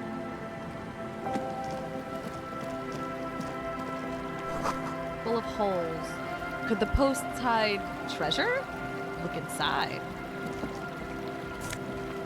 Oh. Alcohol. Okay. Money. Nice. More money. And more money. Oh my gosh. Apparently, these posts are just filled with junk. I love it. Money, money, and more money. Hell yeah. Ooh, and more money over here. Fuck yeah. Oh, I see money over there, too. Oh, hold on. You feel the shadow of a very large building fall on you. That's a big building. An altar shrouded in dark, or something like that. It's too dark to tell. Dusty pews in the shadows. Many seem to be missing. The sign reads St. Brune, 1147. Is this a little thingy over here? It is!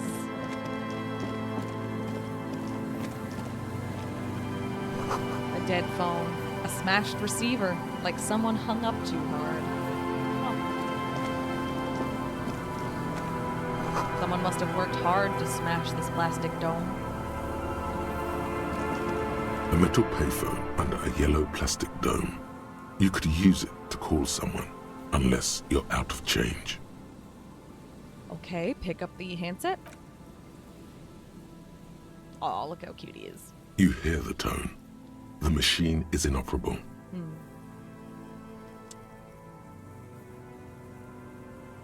Okay, put 10 cents in and dial a random number.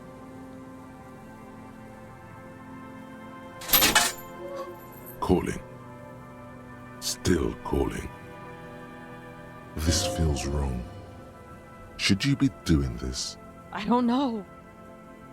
I don't know, man. End of tone. Someone picks up. Oh, God. Pierre? Is that you, Pierre?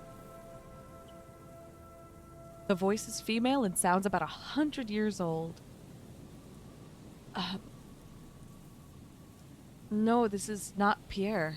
Do you have any news about Pierre? Who is Pierre? He's my sister's grandson. He used to visit me as a lad. Fine young man. But who are you, then? A salesman of some sort? Modern goods are rubbish, and I can't afford them anyhow. It's a shame what you did to our country. The woman moans and the phone lines howl in unison with her. I'm not a salesman. I was just calling a random number, and you somehow ran with it. Amazing. Yes, I'm a salesman. What exactly did we do to your country? No, I'm actually a police officer. To hell with the police. To hell with you. I feel like I should have seen that coming. Her voice is drowned in white noise. Sounds like waves washing a beach, growing in volume until the call suddenly disconnects. You get a sinking feeling. It makes you look if Lieutenant Kitsuragi overheard you. To your relief, he did not. Wow, interesting. Okay, is this the same number? Let me scroll up again. 00524031155. It's a different number. I have some money, and I don't necessarily have to spend money on my room anymore, so let's do it again. Calling. Still calling. Again? Seriously? Who's Someone curious? with a masculine voice picks up. Hello, Gerard speaking. Gerard, what a douche name! Change it! Change your name! Oh my god. Fuck. What a douche name. I don't know who this fucking guy is, dude. Sorry, wrong number. Don't worry about it, buddy. Happens to all of us. You have a nice day now. Bye. Phone hanging up. Disconnect tone. Alright, that's yet another random number. I'm gonna leave for now because, wow, it seems like we can really call a whole lot of random-ass numbers. I wonder if these are really, like, numbers that are occurring to Harry because he knows them. For real. I wonder. Whoa, whoa, whoa. Up, up, up, up, up. Buzz. Hum. The electricity flows through the wires with audible power. Someone has left an unidentifiable article of clothing on this railing. It smells really bad. Take a closer look. It's streaked with dried seagull shit Ew. and tangled with pieces of seaweed. A dangling arm suggests that there might be a jacket beneath the crust of filth. Maybe it's the lost jacket. Please tell me you're not taking that with you. I think this is the jacket that the idiot Doom Spiral guy wanted me to find, though. I'm sure he'll be thrilled to have it returned. The lieutenant looks at the stinking rag and sniffs. Ugh. I'll pick it up in a second, probably. Ooh, look, more money. Why not? A makeshift roof. Vagrants have tried to make the boardwalk habitable. A coin-operated weighing machine. Hasn't been used for a decade. Vagrants have recently painted the tarp red. Water drips from it. Oh. Ooh. +2 to encyclopedia, but -1 to perception. That doesn't sound good. Mega Beano's prescription lenses. Take all. Sure. What's this? Blue. A postcard. Okay. Should we take a look at it? Oh my god, this is exciting. Items. Postcard. Quran 33. This one has hell written on its back. It could not be further from the truth. It's the boom years, and Quran, the nicest district in Revachol West, is enjoying a sun-drenched day. Tall and handsome buildings rise from the riverside, steel, iron, and yellow limestone, with cloud shadows sliding on the facades. And look at this! +2 to interfacing for gauntlets can now officially replace these yellow gardening gloves that we've been using literally since day one. Oh my god, those are serious armor. Those are like serious armor. We have some good trousers that'll give us +1. Actually, no. It gives us +1 to Kingdom of Conscience. This gives us +1 to electrochemistry, which we don't really need because we don't like electrochemistry that much. We don't trust it. But that -1 to reaction speed isn't great.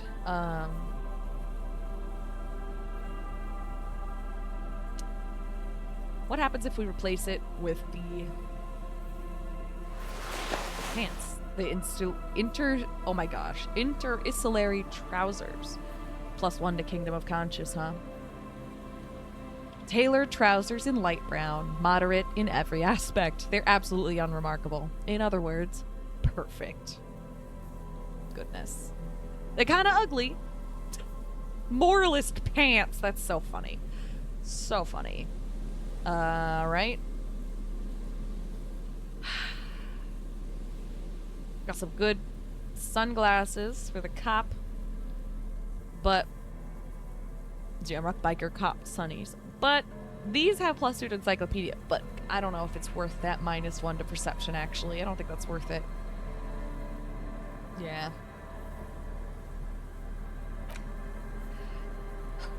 We've got alcohol as a tool, but no thanks. We good. We don't need it. A sturdy bottle of beer that tastes like piss. Not that you would know how piss tastes like. Just a guess. The label says it's made in Revachol by Lafayette Potent Brewery. Okay. Interesting.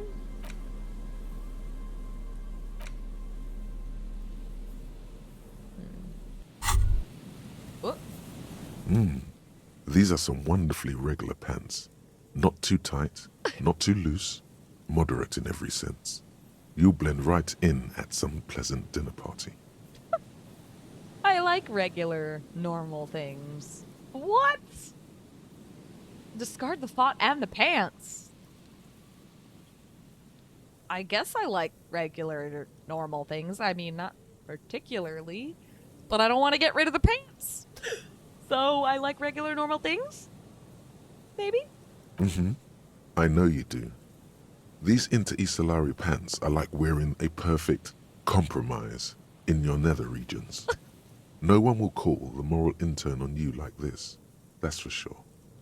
Are these pants gonna actually make us more moralist, or are they just pants? You're a little more moralist now, buddy. Ooh! A little more normal, even if you didn't want to be. Uh-oh. Makes sense. This is what wearing boring office trousers does to you.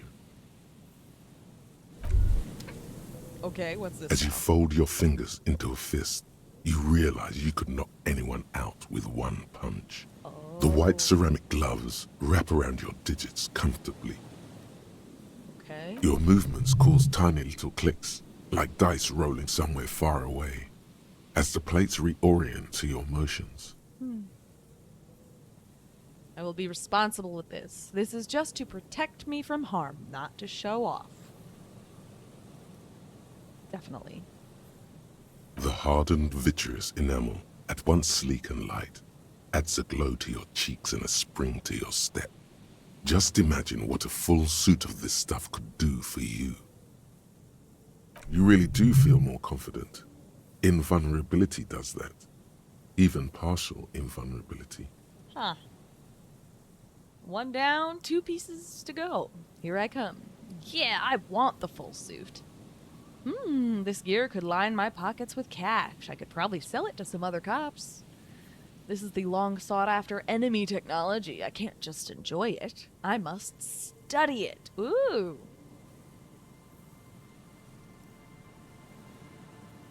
That's kind of a cool thing to say.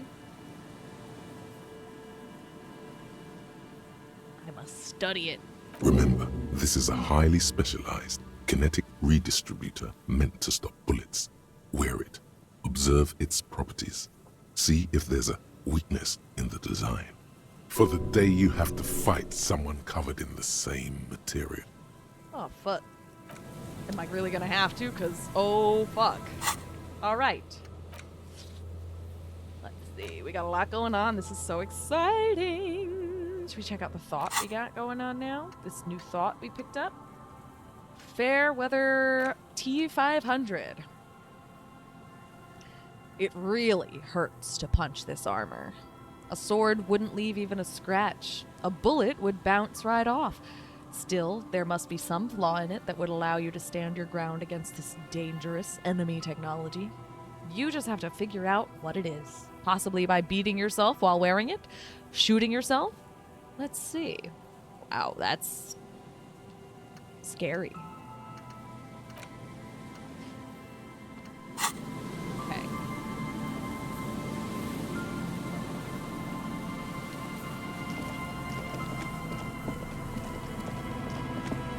Oh, a person. Cool.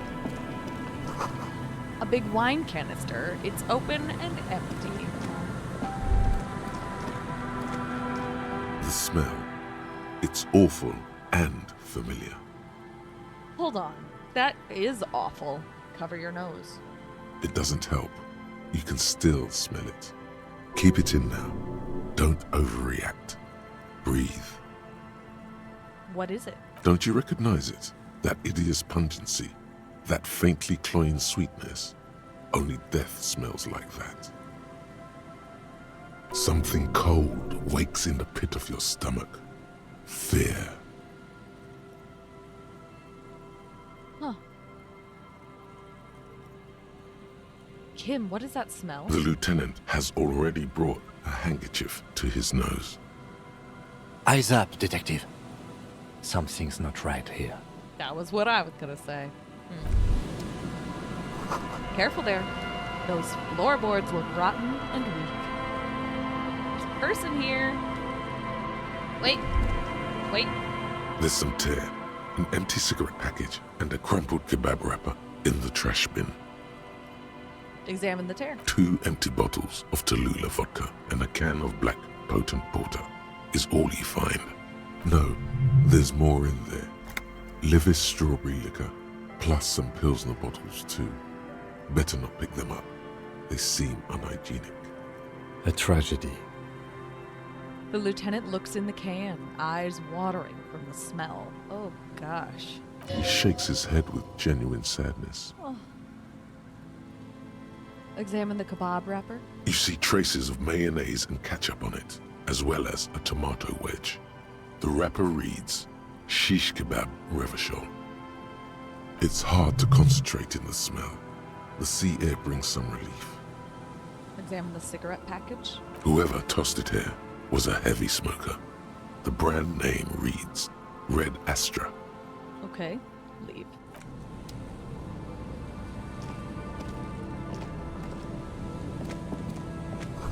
This coin-operated viewer has been out of order for years.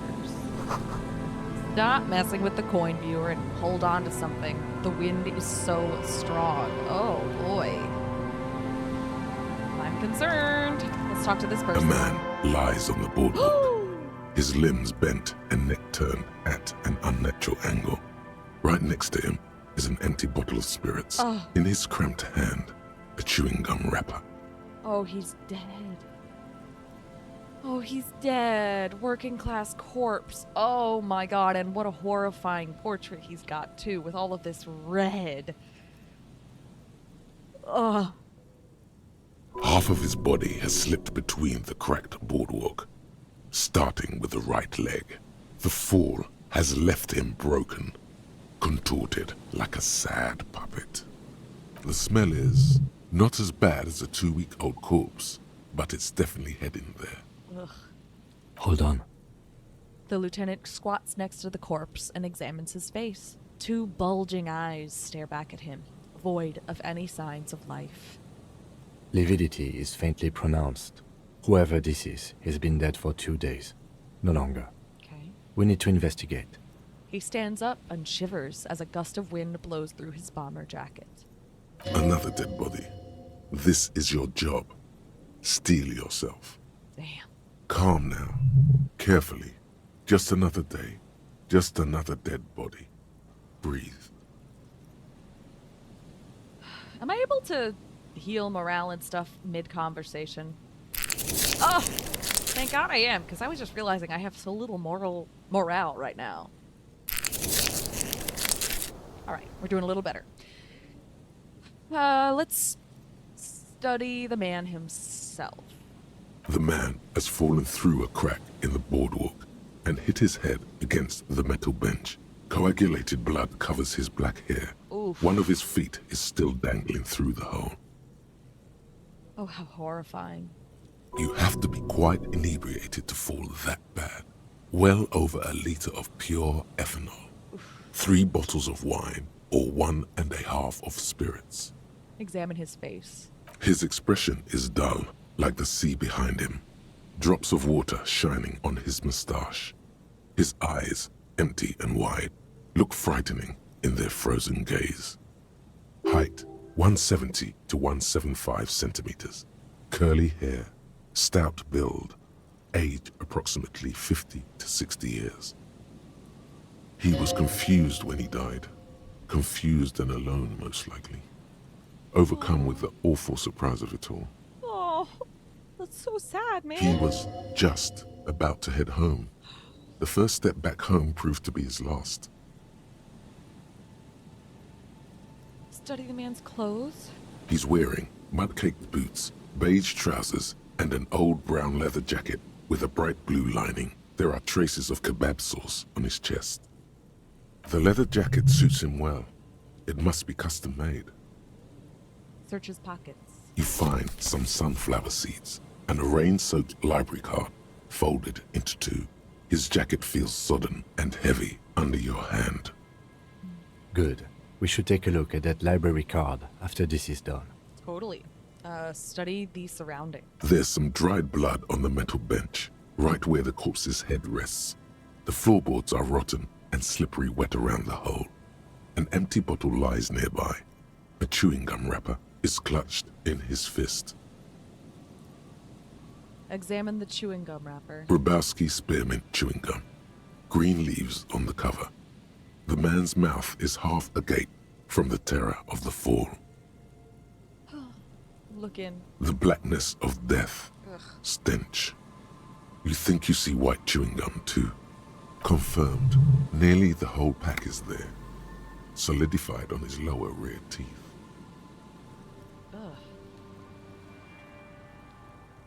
Ugh. Nearly the whole pack?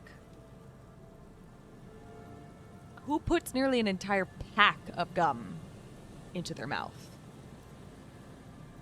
He ate the whole pack, right? It's to cover the smell of alcohol before going home. The worst thing is, I see. I've seen it before. Almost the same scenario. Even the chewing gum. It's always the same. The lieutenant shudders from the cold. In a ditch off a road below the 881, he thinks, a young father. Then he shakes his head to make the memory stop. I'm so fucking intrigued. What the fuck? Examine the bottle. A .75 liter Tallulah vodka with its cap missing. There's hardly anything left inside. It's mid-market spirits with a slight touch of menthol. The man meant to enjoy himself, have a good time. Tear all around us. He looks at the two other bottles forgotten near the coin-operated viewer. Examine the man's head. A dried chunk of blood covers the hair at the back of his head. An open wound. It's sticky and cold to your touch. Ugh. This is where he came out of himself, drop by drop, when he was unconscious. It took 3, maybe 4 minutes. Damn, that sucks. I don't see any other major wounds, do you? No, just this one at the back of his head. Seems like the head wound was fatal. It's exactly the shape of the bench. Those seem to be. Step on the floorboards? They screech under your feet ominously. It's hard to say whether the dead man's weight was the cause of the boardwalk to break. It definitely looks fragile. You see waves churning below. Something cracks beneath your feet. Ooh. The entire boardwalk creaks in the wind as you take a step back. Huh. Who is this man? Looks like one of the locals. He'd have to know this spot to come here. You don't just walk over here. He looks south, the way you came. But that's just a lazy assumption. What do you think? At least this man knew how to party. Oh, good. Imagine the same scene without the bottle. Now that would be just sad. Oh, shut up, electrochemistry. This is an omen, a sign from above. Don't start drinking again. I don't plan to. I don't plan to start again. Thank you so much. It's nice that Inland Empire does take this as a sign, because we need to internalize that. No more fucking drinking. Okay. Oh. That's so sad. And I just bumped my mic. Let me double check that everything is okay before I actually continue. Alright, seems like everything's okay. Here's hoping. I apologize if the sound is wonkier than it's supposed to be now, though. It doesn't seem like it's wonky, but you never know with technology. Okay. Let's see. That's so sad. He looks like me. I could have ended up just like him. Dead on some empty boardwalk with a bottle next to my corpse. God. What we're witnessing here, oh my goodness, is the demise of a great party beast. That leather jacket, an empty vodka bottle, kiss your fingers. Mwah. Ridiculous. Looks like just another old drunkard to me. I think labeling him as an alcoholic is a bit premature. Sure, true, we don't know anything yet, technically, but he looks like me. Inland Empire has it right here, I think. This feels like an omen. You're seeing yourself in him. He looks like me. I could have ended up just like him, dead on some empty boardwalk, with a bottle next to my corpse. Well, at least you're not married. The lieutenant points at the ring on the man's left hand, the flesh around it swollen and gray. Ach.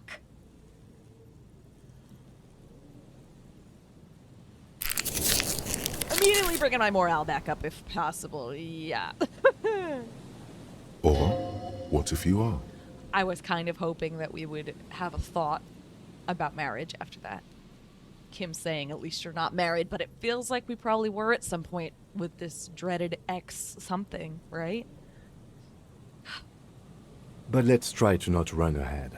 For now, all we know is that he's an unidentified middle-aged man found dead on the Martinez boardwalk. What do you think happened here? Death by misadventure. He slipped and fell through the boardwalk. A truly unfortunate accident. If it wouldn't have been for that bench, he'd be alive. God, that's sad as fuck. What about the kebab? It's such a random fucking question, but I kind of like it. Do you think he was drunk? Point to the bottle. It seems that way to me. But this feels more important to say, so someone should be held responsible for this broken boardwalk. It's dangerous. Clearly. They'll seal this place off after the news reaches the coalition officials. I doubt that they have enough resources to actually repair the boardwalk. Aw. Not that sealing it off would keep anyone away. All it does is keep the city council's hands clean. He smiles sourly.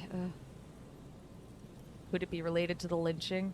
I really doubt it, but... No, I don't see anything that points in that direction. For now, let's treat this case as a simple, albeit sad, accident, unrelated to the murder case. Yes, but what if there's a killer on the loose? 2 suspicious deaths in such a short time frame. I doubt it so fucking much. This guy's other leg is, like, stuck. It feels very clear. It feels like a stretch. You're right. Connecting with the lynching probably is a stretch. Without any further evidence, yes.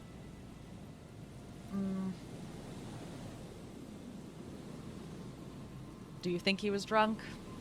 Oh, yes. What about alcohol poisoning and liver failure? Some symptoms of acute alcohol poisoning could have definitely played a role here.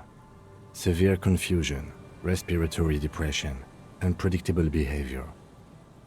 But I think that death arrived through head trauma, not liver failure. Seems like it, yeah. And what about the kebab? I don't know why the fuck we asking about the kebab, but let's ask. What about it? The deceased ate some kebab. It's probably from a nearby place, maybe in the box. Probably. Right.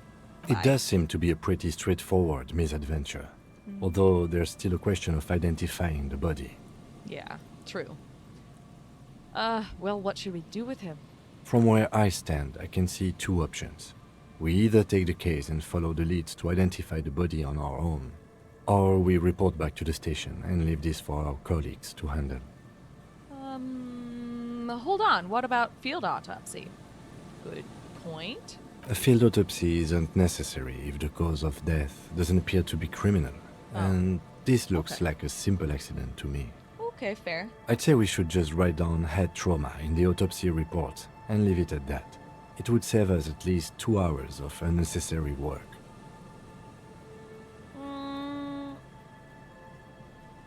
Yes, but isn't that kind of sloppy? Well,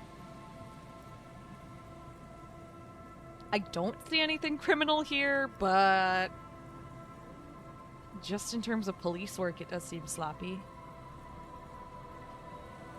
You're right, I don't see anything criminal here, so let's leave it at that. Good call. The guys at processing can take care of the rest. Sure, but we found him, so I think we should finish it. I do. Let's take the case. Alright, we should first examine the library card you found. Then we can call the station from my kinema. Let them know we are taking the case. Sure. We can do that. And I imagine it's here. Yes, folded library card. A library card found from the pocket of the dead man on the Martinez boardwalk. It's still slightly damp to the touch. The cover bears the stamp of Jamrock Public Library. The library card is folded into 2 and still slightly wet to the touch. The front side reads, Central Jamrock Public Library Card, issued to Billy Mejean, expires July 53. Billy Mejean. Look inside. Whoever owns this card is an avid reader. You find a list of books written in blue pencil. Radio thriller. Stand a little less between me and the sun. The last one in the list is The Glinton Curve by M. Theobald. A library stamp indicates that the book has been returned. Most of these titles seem to be in the sci-fi genre. Some thrillers too. Look at the backside. If lost, please return the card to the library. Dial 005 02 55211 or visit us at Moreau Street, 78, Jamrock. Business hours 900 to 1800. Good. We should give them a call from my kinema. See if we can learn anything about Billy Méjean. You got it, Kim. Put it away. Okay, let's see. We've got stuff to do. This is excellent. All right, we should call the public library and the station. Did we actually find that jacket? I think we did. Did we already interact with the garbage? I feel like we did, but... There's some tear, an empty cigarette package, yeah, and a crumb. Bye! Oh, money. Oh, a thought. Moonshine, probably. It smells like tasty fermentation. Ugh.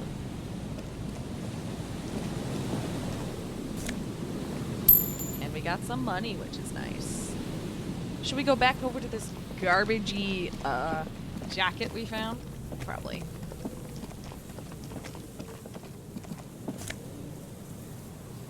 Gross, but I'm taking it. Filthy jacket. Ugh. Alright, we can interact with it. This filthy rag has been at the mercy of the elements for quite some time. It's streaked with seagull shit and abnormally stiff from God knows what natural processes. You can't even tell what brand it is. As you hold it in your hands, it makes an uncomfortable crunching sound. Ugh. Man, how did this jacket get so disgusting? It's a sordid, filthy tale, not for the weak. Are you sure you can stomach it? Maybe. Some secrets are better left uncovered. Don't even try. Seriously. Seriously?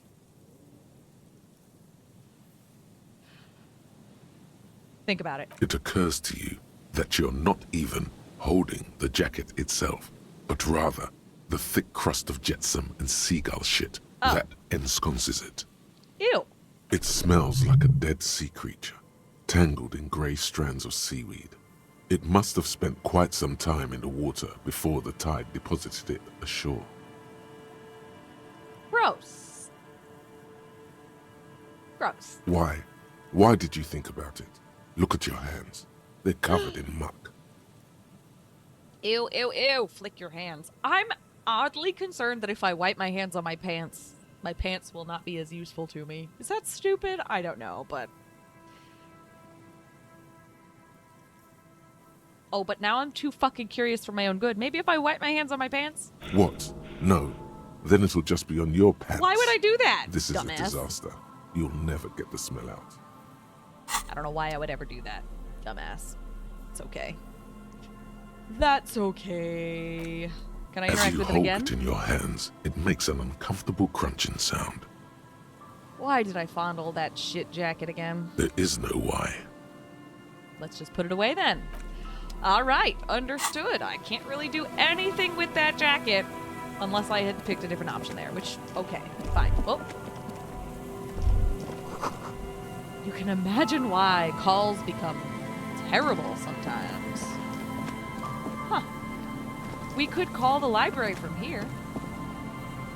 Actually, why not? Let me do a save and give that a try. Since we're here, You right? pick up the handset. There's a tone. The machine is operable. Oh, a random number. A random number? But what? I can't call the fucking... Aw, alright then. That's a shame. I will leave. A shame.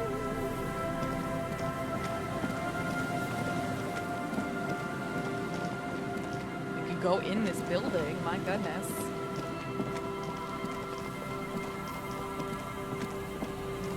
Ooh, look at this window, or oh, look, a guy. There's so much happening here.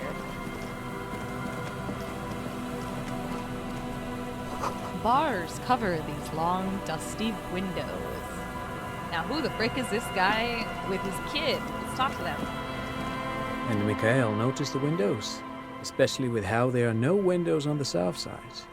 This was to deal with. A blond man stands next to his son, pointing to the weather-worn ruins. He sees you approaching and smiles. You officers, come to investigate the historic subtext of West Martinez? I'm Tran Heilostam. You must be Kim Kitsuragi, right? Whoa. I was just telling my son about this building. Not a lot of people realize the historic significance here. Very rich in hypertext. Nice to meet you. The lieutenant nods. How did he know who Kim is? Hold on, hypertext? Yes, hypertext. Young Carp and the collection of cultural hyperlinks. Okay. He's just making up fancy words. This doesn't mean anything. Sure. Wait, what was that about the windows before? Oh yes, so Mikhail. They had to deal with monitor glare, especially in the summer. They still had vector monitors back then. That was 49 years ago. So they didn't have windows on the south wall. Oh. You and Kim know each other? No, I can't say that we've met before, but I've heard of Kim, of course. Oh. Mikhail, say hi to the officers. Huh. I wonder why he's heard of him. He rests his hand on the boy's shoulder. The child stays hidden behind the hem of his father's coat, clutching to his worm-themed coloring book. Mikhail's a little tired today. We spent all night trying to run Orbis on his radio computer. Have you heard of it? It's a programming language used in Grad. Quite tricky, but he wanted to play this Grad-made adventure program. Oh. We've been getting really into verbs lately. That's awesome, dude. The man speaks in the artificial cadence of a professor, or someone who's been on too many radio shows. But I assume you're not here for giant worms when there are so many real things to see. Just as I was telling Mikhail before, this is where the Coalition landed in '08. We could be standing on what is the most interesting landmark in Revachol West. He points to the building again. This man is your half-brother. You feel it. But why? Okay, guys. Okay, we have come back to the term half-brother, which is bonkers. And I know the first time I heard Harry call Kim his half-brother, I was so fucking confused. But I realize now it is not referring to a half-brother, like, biologically or anything like that. It is talking about brother in arms, as in he's a cop, a fellow cop, but from another precinct. Huh. What's so fascinating about an empty old building? You look like someone who has money. Do you have any money? I don't know. What is so fascinating about an empty old building? Aha! But it's not just any empty old building. He raises his hand to his eyes to shield himself from the freezing snow. All four of you turn to admire the mural before you. What not a lot of people know is this used to be the R&D department of Felt Electrical. Oh. And Felt, which now sells ink cartridges mostly, was once a top dog in the turn-of-the-century cybernetics boom. Hold on. What's R&D? Good question, I guess. Wait, what's an R&D department? Apologies, it's an acronym for research and development. Ah. They don't use it anymore. He smiles brightly, laugh lines around his eyes. You're probably more familiar with RTD, Research and Technological Development. Oh. Look at the building looming over you. It looks old and weathered, with seagulls picking apart its stone and metal carcass. Bushy undergrowth has taken hold of the collapsed rooftop. Some kind of bird has set up a nest on a broken windowsill. I don't think I've ever heard of this Feld Electrical. That's not surprising. Only a vestigial ink cartridge and ferrotape manufacturer remains. He adjusts his suit jacket. They started out as a midway electronics outfit in Königstein 2 centuries ago. After an aggressive move to Revachol, Feld became a global player in the emerging personal electronics market of the pre-revolutionary era. Still, Tricentennial was beating them in business machines. But Feld had an ace up their sleeve. Or should I say, they were developing an ace up their sleeve? I'm mixing my metaphors here. What was that ace? It was here in Martinez, possibly in this very building, that they developed prototypes for a tape computer. Ooh, a tape computer. An elegant folding mechanism of rollers and Faraday ribbons, portable enough to be a take-it-home solution. Revolutionizing business machines, possibly even bring them to the average consumer. Nice. Which is a feat of engineering even today's giants, Rehm, ICN and ZAM, haven't achieved yet.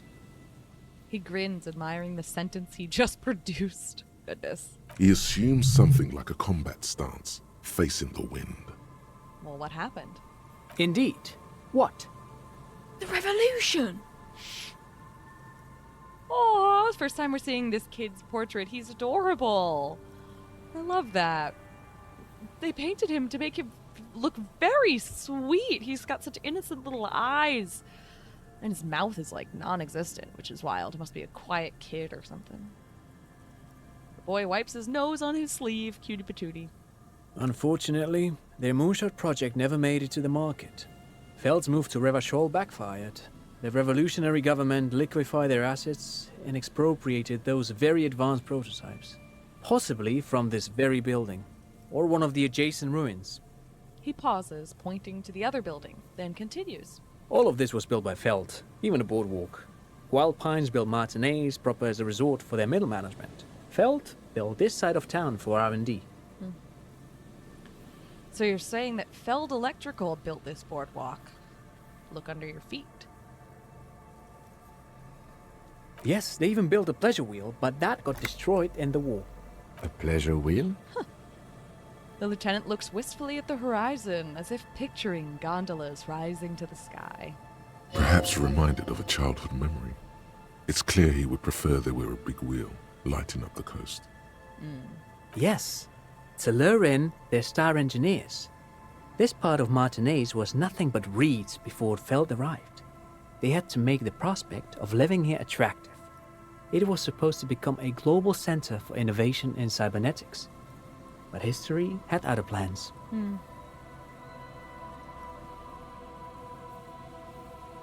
What happened to the engineers? The company people? Oh, I'm afraid it didn't end well for the boys. But this story is a bit too dark for little Mikhail here. Ooh. Now, if you were to ask about tape computers... Oh, I would love to. Hell yeah.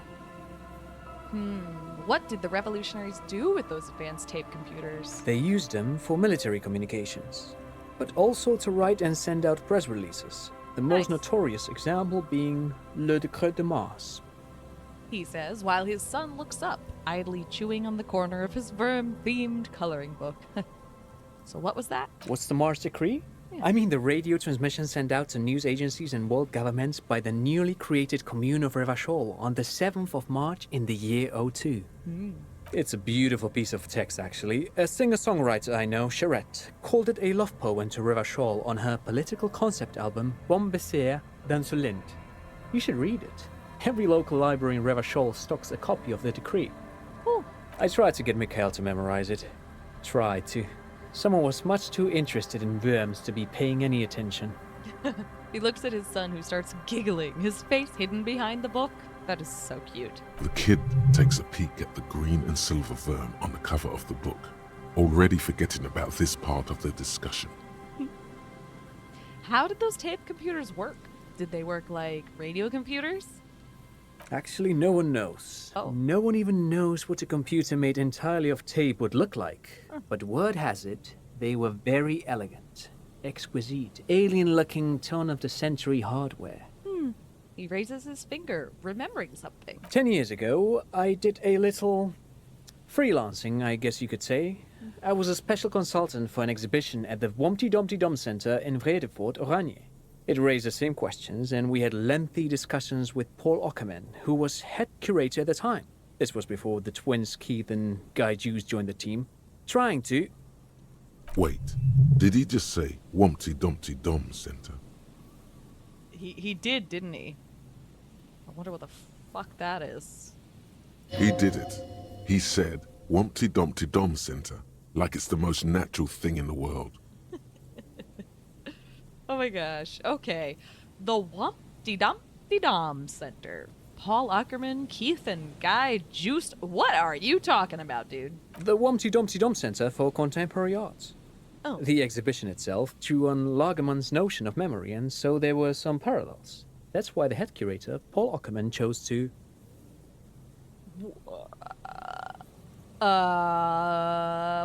You gotta be making this up. Turn to Lieutenant Kim, is he making this up? In fact, I'm not. The Wumpty Dumpty Dom Center is a place you can visit if you're ever in Redefort and are ever in the market for an exhibition space / contemporary art research center. He clears his throat. But perhaps I should return to the tape computers. As I was saying, the device itself was very elegant, fragile even. One could write directly on the tape using a special chemical solution. The machine would then analyze the handwriting, perform operations, and project output onto a white screen. It was a beautiful, delicate thing. Cool. Very, very cool. Though I understand the socio-economic causes of the revolution, it pains me to imagine the revolutionaries setting fire to this precious device. But so they did. The felt playback experiment vanished into the fires of '07. Wait, the Feld playback experiment? Yes, the official name of the prototype. Ah. Some sources report it as the Feld Playback Experience, but those are incorrect. Why did the revolutionaries destroy it? Who knows? Maybe it was an accident, or maybe they didn't want the technology to end up in the wrong hands. Either way, they're all gone now. All 3 versions of the prototype. Nothing but debris and ashes remain inside that building. He takes a step back. The boardwalk creaks mournfully in the wind. I wanted to ask something else. But of course. What else? He smiles and ruffles his kid's head. You look like someone who has money. Do you have any money? Why would I ask that? I don't want to ask him for money. Well, thanks for all the interesting information, bruh. No, thanks to you for having me and little Mikaela here to pick your brain. A very interesting conversation indeed. Great. I'm glad, I think. Oh, we could fully interact with this wall. But first, let's look at this. What are you? Another power box. It charges nothing now. It's empty. The fence blocks the path. No way on from here. Oh, hello. What's this? Money? Fuck yeah. Huh? Nosafed. And there's a box over here with more money. Fuck yeah. We picking up some money today. Okay, can we interact with this wall? You see a once bright mural towering above you. The signage has peeled off over the years, but you can still make out Feld Electrical R&D. A slogan used to intertwine with the loops a long time ago. Now, only a shadow of peeled letters remains. It says, "Tomorrow is just a whisper away." Tomorrow is just a whisper away. Looks like tomorrow never came. The lieutenant raises the collar of his bomber jacket. Throw it away. Interesting. All right, what else have we got over in this direction? Oh, nothing. We can't go past this little gate thing. Understood.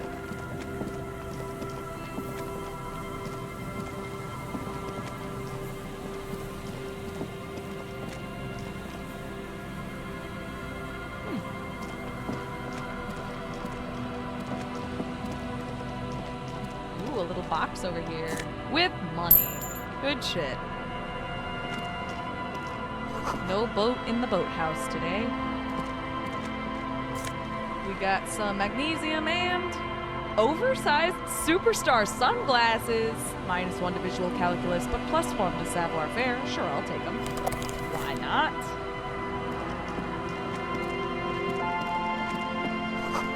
The boathouse is shoddily constructed. A strong breeze might blow it over. Money.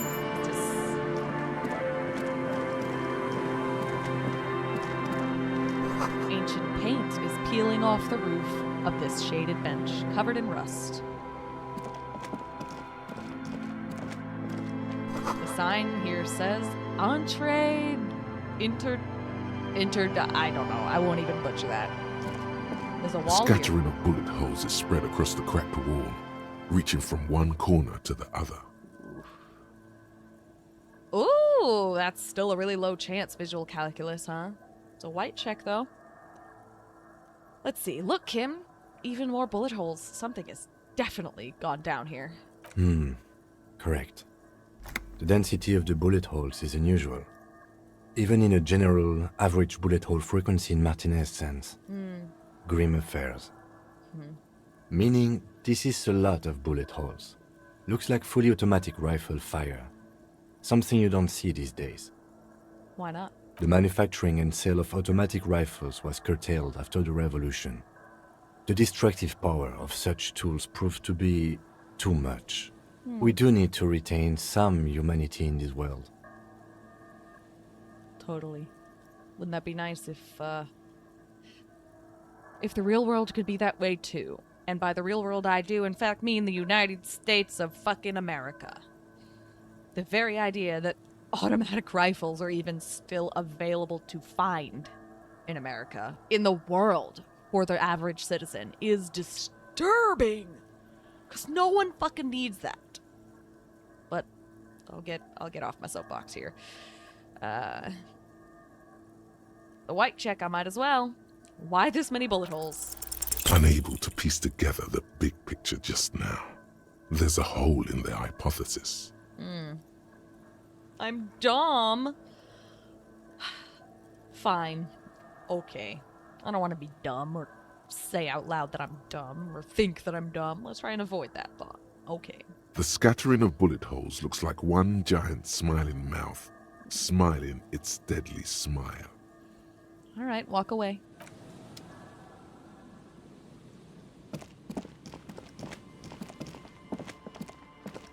Money! Lots of money.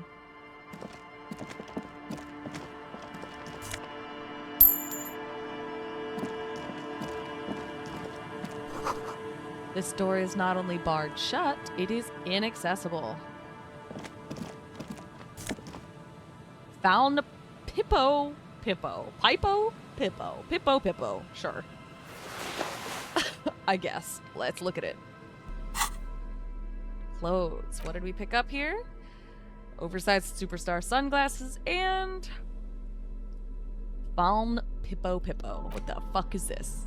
Small wire framing inside this futuristic-looking Found Pippo hat gives it the aerodynamic shape of a swoop skier? Swoop skier's helmet. Sure, but none of its protective qualities. Covers the wearer's ears and eyebrows to bring down the drag coefficient. These sunglasses, huh? Is your own stardom too dazzling for your own eyes? Can't bear to look at your own fabulous reflection in the mirror? Then these classic oversized sunglasses are for you. Yeah, I'm good. I'm okay. Thank you so much. Whoops. All right. Now, what else have we got going on around here, huh? How can I get over here? An old ticket taker booth, no longer in operation. Okay. How can we get over here? We're gonna need to walk all the way around, clearly.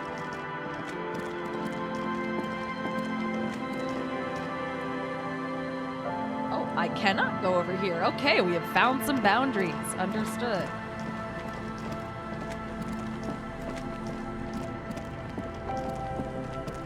A guy! And a thing. What's this? Tiny cages, carefully constructed. These soggy logs smell of ignition fluid. Still, they won't light up. Money, sure. These heavy military blockades are riddled with bullet holes. Rumbling. That patch of reeds over there, it's a great place to hide something. Kind of out of the way. A buoy Being so bobs in the close to water. It says the number 11. Okay, anyway. Wait. I can't see anything interesting. You don't have a reason to. Yet, What is this about? nothing. Just a hunch. The hunch passes, leaving you there, by the old boy bobbing in the water. Time to go. The buoy that had a number 11 written on it, huh? It's almost impossible to get a fire going this near to the ocean. Let's talk to these folks then. Here we go. Nice and easy. Oh my god! No way out, little guys. Not out of this jam. What little guys is he trying to trap here? It's Morel! Morel the cryptozoologist! Oh, that's probably what he's trying to catch. The, whatever it was called, I don't remember. There's a cylinder on the ground in which the man is arranging some netting. It looks like some kind of trap. He notices you. Who's there? Oh, the police. Hello, officers. His self-conscious enthusiasm renders his movements ungainly. He looks like your understanding of a scientist. Is that the police? Ooh. Why are the police here? Gary the crypto-fascist? Excuse me? Don't worry, Gary. I'll handle it. You must be Morel, the cryptozoologist? To what do I owe the pleasure? Oh, Lena sent me. She's been really worried about you and is waiting for you to get back. Hey, Yay. of course. Thank you for passing along the message. Yay! That damn waterlock is broken, and we can't go all the way around the 881. Yeah, that was me. I broke the water lock with my motor carriage. But it's fixed now. You can go back. Ooh, or I can withhold the whole story. The water lock has been fixed. It was fine when I crossed it. Oh, fuck. Is there any need for him to know that it was my fault?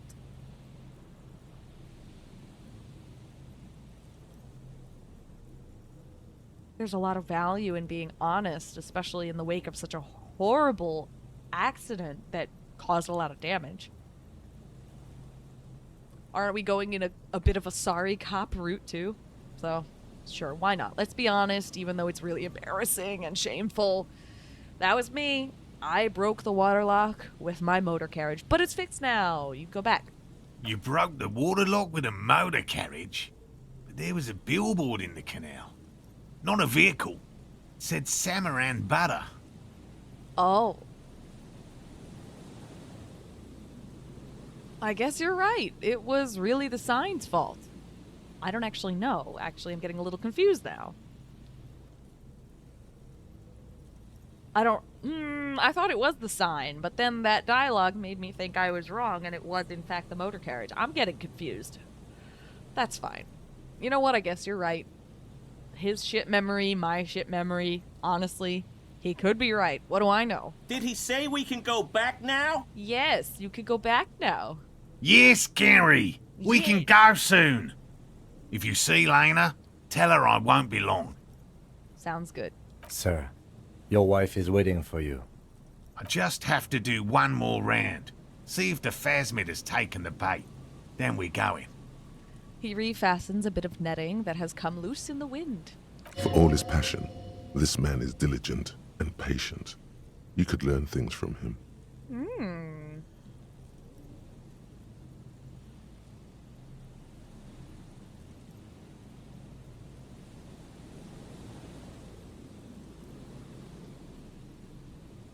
Tell me about this phasmid you're looking for. I can't help it. Kim might not be happy about this, but whatever. Well, first of all, it's damn difficult to find, which is why we've been knee-deep in the reeds laying traps for it. What makes it so difficult to find? Good question. Being a phasmid of the order Phantasmodea, a ghost insect, it disguises itself as plant matter. In this case, the reeds. Awful lot of reeds around, aren't there? And I suspect it may have also developed other specialised techniques to protect itself from predators, or scientists, in our present case. What sort of specialized techniques is the phasmid using to hide itself? It's my hypothesis that it has evolved certain electrochemical defences that allow it to interfere with animal perception, Ooh. impeding pattern recognition, confusing the visual cortex. That's wild. But I cannot describe how these defenses work, much less how they evolved, without studying a live specimen. Yes, it makes perfect sense. You're beginning to suspect there's something paranatural about this phasmid. How big is it? I'm expecting it to be quite giant. One known species of phasmid, called the Megaphasmodea zoensis, is about the size of a grown man's forearm. Oh! So, He leaves the conclusion up to you. That's pretty big. Ugh. Seems puny, to be honest. Uh-huh, sure. Why are you so interested in this stick bug? It doesn't seem to be as colorful as some of the other cryptids I've heard about. typical rookie assumption. Insects are much more sophisticated creatures than those unversed in zoology give them credit for. You know what? Fair. Even simply catching a glimpse of the Insulindian phasmid would be the apex of of any cryptozoologist's career. But to study it and its defences, find out how it stayed hidden so long. He shakes his head. Would be glory itself. Well, what have you discovered about it so far? Very little, I'm sorry to say. No one's ever captured a specimen, so all our information is based on first and third-hand accounts. So no one's ever found one? Not yet. That's what makes it a cryptid. Just out of curiosity, if there's no proof of its existence, how do you know it's real? I know it's real. Why? The cryptozoologist says that briskly enough that even he... What? Oh my god, I can't read this sentence. I know it's real, the cryptozoologist says, briskly enough that even he seems taken aback by it. By which I mean, I've heard enough first-hand accounts to believe quite firmly that the Insulindian phasmid is more than mere superstition. Well, Lena said there has been a sighting of it here, in Martinez. Yes, the most recent sighting was by a couple of teenagers along the coast here. That's what brought us to Martinez specifically. Cool. It's the first credible sighting in several decades. Admittedly, it's an unusual location for this species, but with all the sewage runoff upstream, it probably doesn't matter much anymore. Maybe the Insulindian phasmid has died out. I have to resist the thought. Such an extraordinary creature is doubtlessly highly resilient. After all, it's generally thought to be capable of parthenogenesis. Parthenogenesis? Yeah. Give us that definition. Yes. The females don't need males to reproduce. Makes it easier for a species to survive in adverse conditions. This is a disturbing response. Females reproducing without males. A travesty. A crime against passion and common sense. Oh, fuck you. No. That is pretty clever. Yes. Insulindian phasmid is a very clever insect. That's why it's so damn difficult to catch.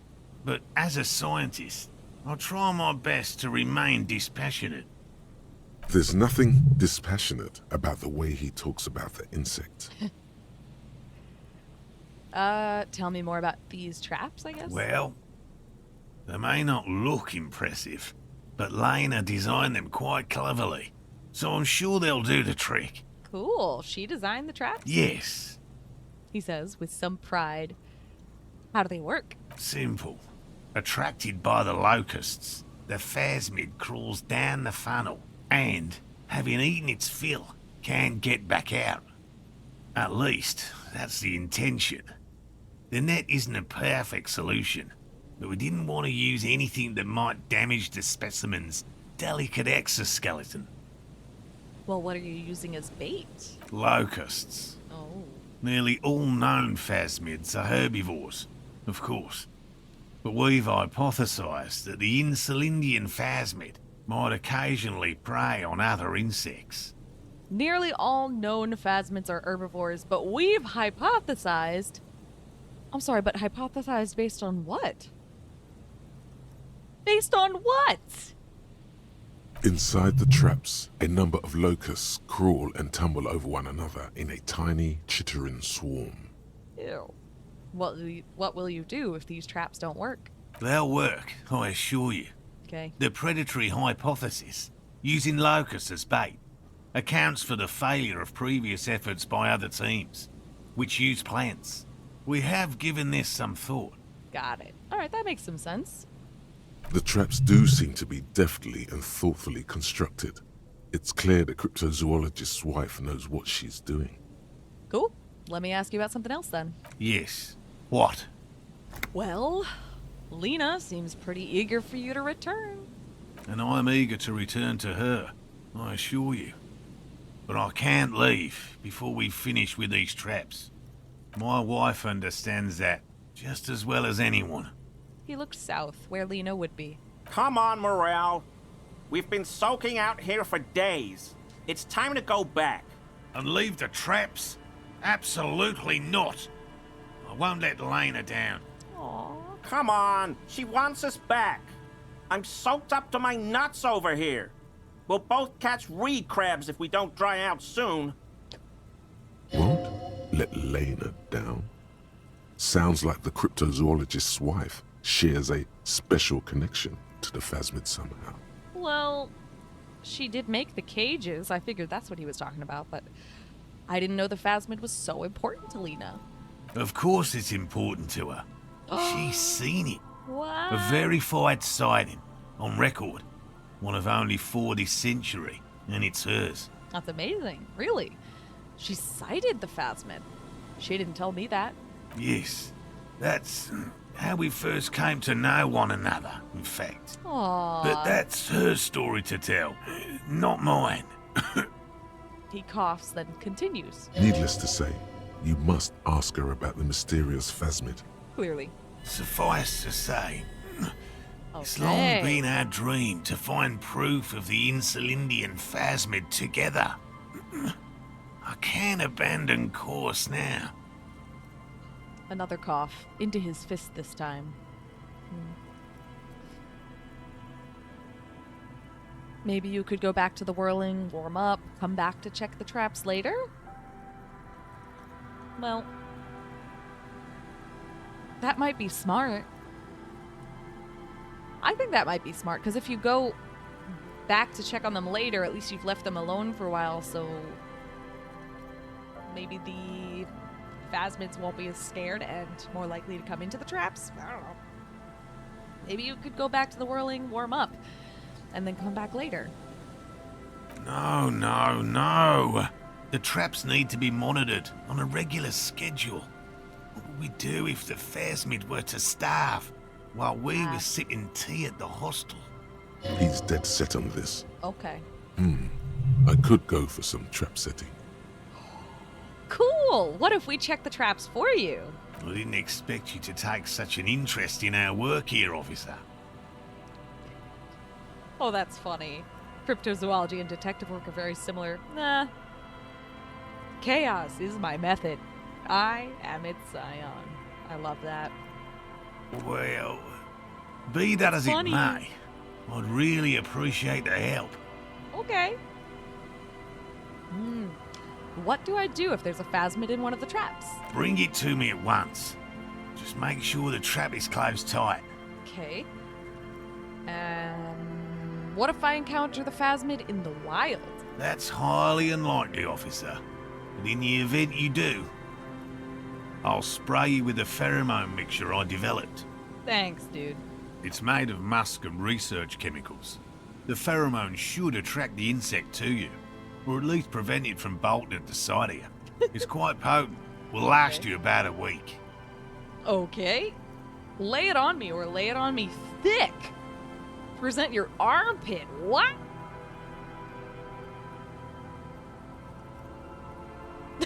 What? Okay. I wonder what the difference is going to be. Or if it matters.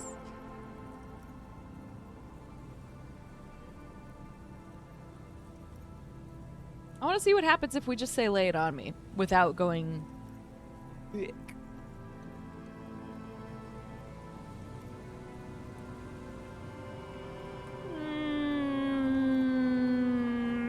Or maybe I'll do lay it on thick. That was a weird sentence. Maybe I will tell him to lay it on me thick. Present your armpit, Jesus fucking Christ. Nice. He douses you with the odd-smelling spray, a double helping as you present your other armpit, then gives you a satisfied nod. This is the smell of dying reeds, of longing crumbling into the water. Oh, of longing crumbling into the water. Wow, what beautiful sentence. The images in this game are just... I hope you're not buying this. He dispenses it without letting you touch the canister, so it would be precious like holy water. It is precious. A single dose cost me 50 real to develop. Ooh. Not that I expect you to understand self-financing one's own research. He looks at the lieutenant with disdain, then puts the spray back in his pocket. Well then, where are these traps? There are 4 in total. One is to the south, on this little peninsula, by the boathouses there. It's very near. Another we set in Land's End, to the northeast. It's behind a small sand dune there, on your way to the old radio tower, after the church. Okay. The third is set near the canal, where you crossed, by a concrete slab. A big thicket of reeds going up the slope, and among them... He gestures the trap in front of him. You should check at least one of those before returning to this one, since I just said it. This one's more of a technicality, but still, better safe and stupid than sorry. That seems like a lot. Do we really have time for this extracurricular venture? The pursuit of knowledge is its own justification. I feel that. Is I love it? it. Yes! Yes, Kim, yes it is. He doesn't look too convinced, but the small shrug indicates why not. If you think it's important, you have been right before. I'm ready. Let's get to it. Right. Which means you two can pack up and go back to the whirling. Yay, good for them. Whatever he thinks about this detour, it's clear that these men are exhausted and in need of assistance.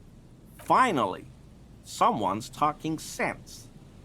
Thank you for your help. Gary and I will start breaking down camp. If you have any more questions, now's the time to ask. We'll be gone once you get to it. If it's more cryptid-related business you want to discuss, you'll have time for that later too. Okay, good to know. But what if the information is vital? On the hunt. I only have one more question. So I might as well, I guess. How did you become a cryptozoologist? I've just always liked animals and puzzles. Searching for cryptids is a bit of both. He seems reluctant to talk about himself, but he'll open up, if you prod a little.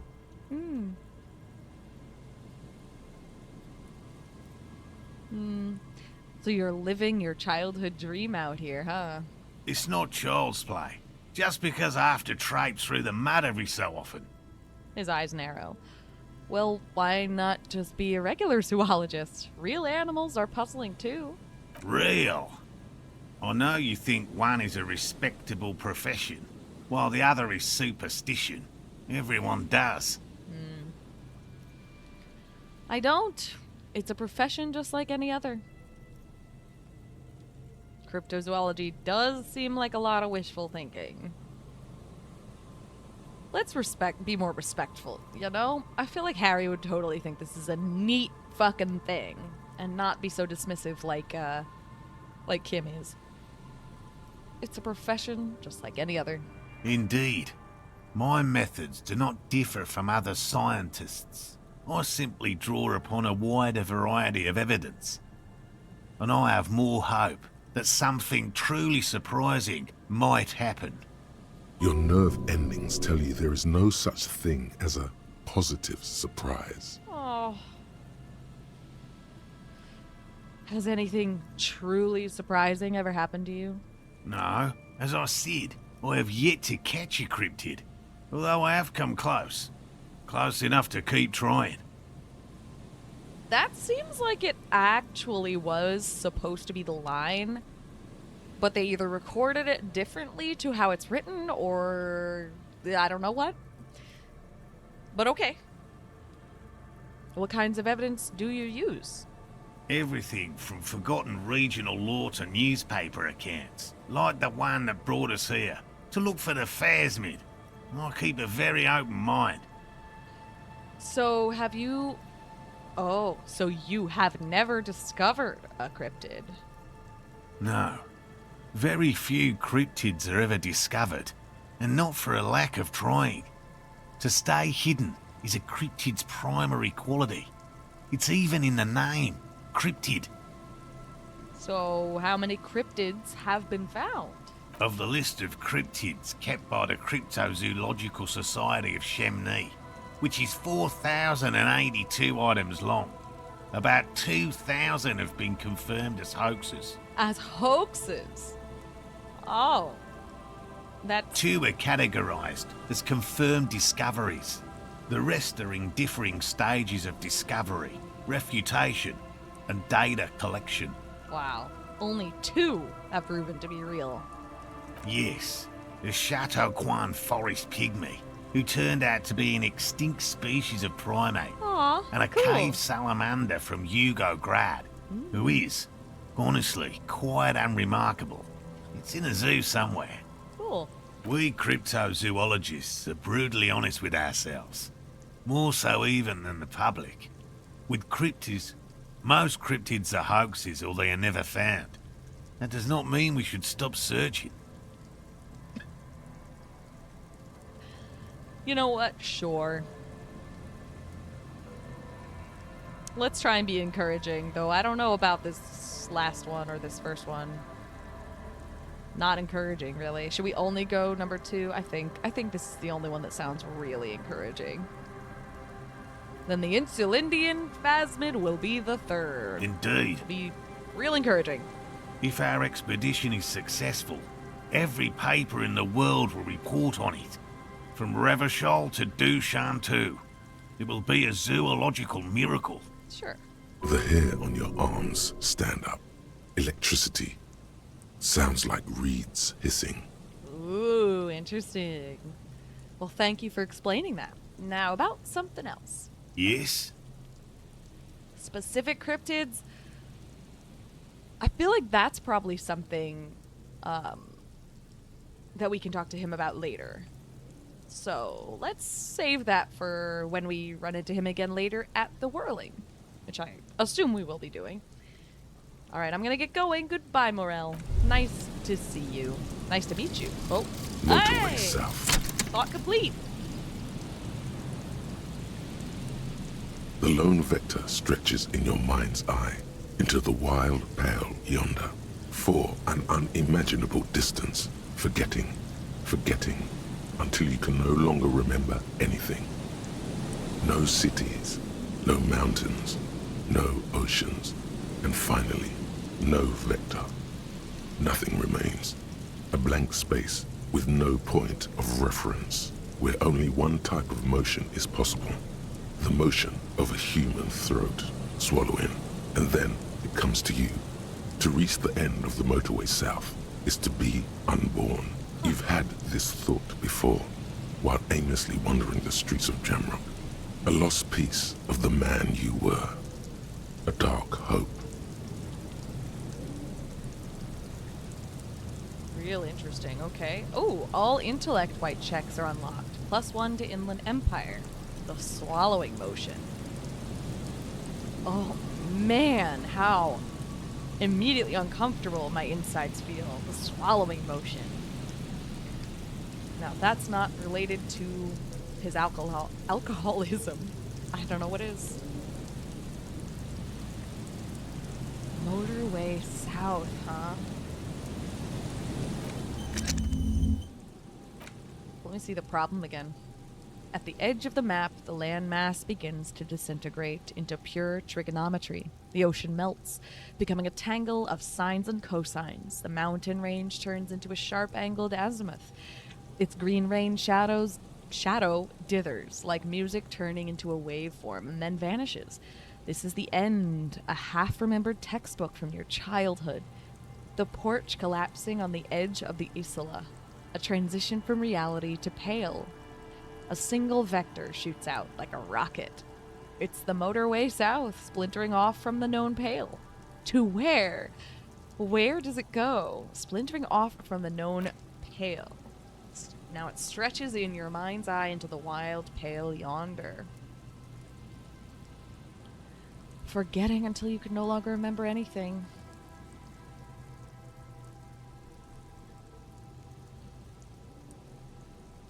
To reach the end of the motorway south is to be unborn?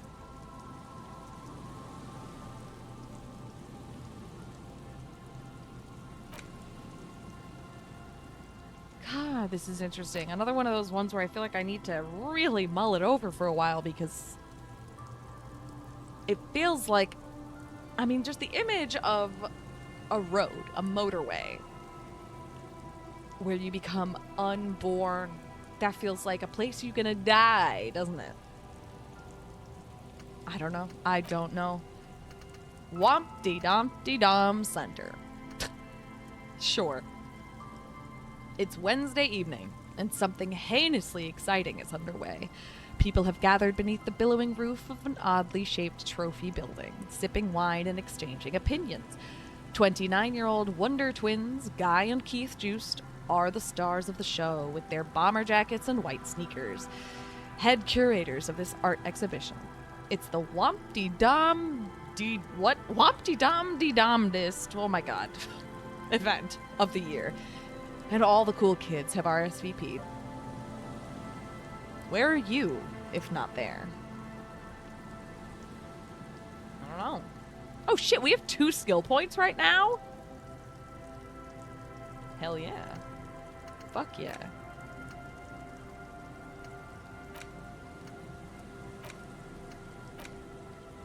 Yeah? My cat's yelling. You want to come and say hello to everybody?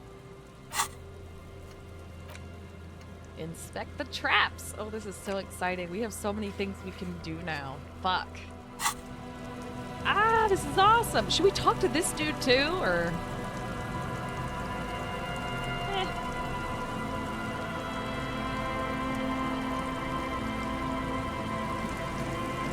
I think instead of talking to that guy right now, let's just maybe go back and see if we can find those traps. Because I think some of them are nearby. And obviously this one is nearby, but we're going to do that one last, he said.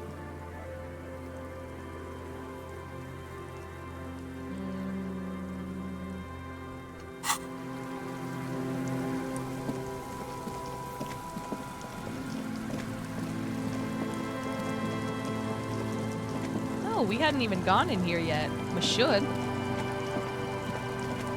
Oh, is that money? Before you, a drawbridge. It can only be lowered from the other side. Huh. What is all this, though?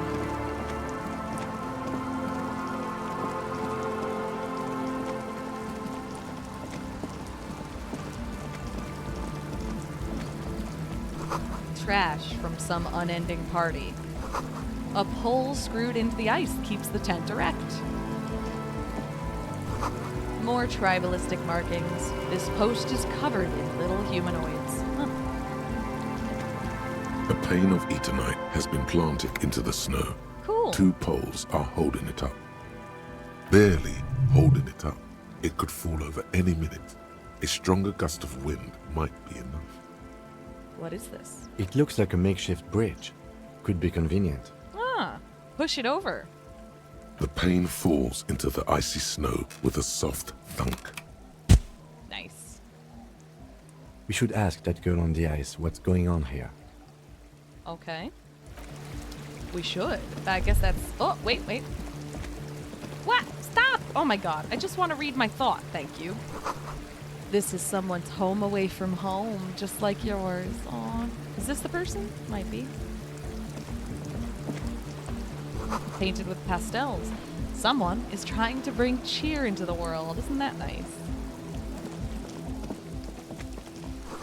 It must have taken a lot of patience to do this. But yeah, what? What did they do? Just pile a bunch of rocks on top of that post? That's so silly. The tent is just tarpaulin fabric covering a pile of stuff. The flap is open.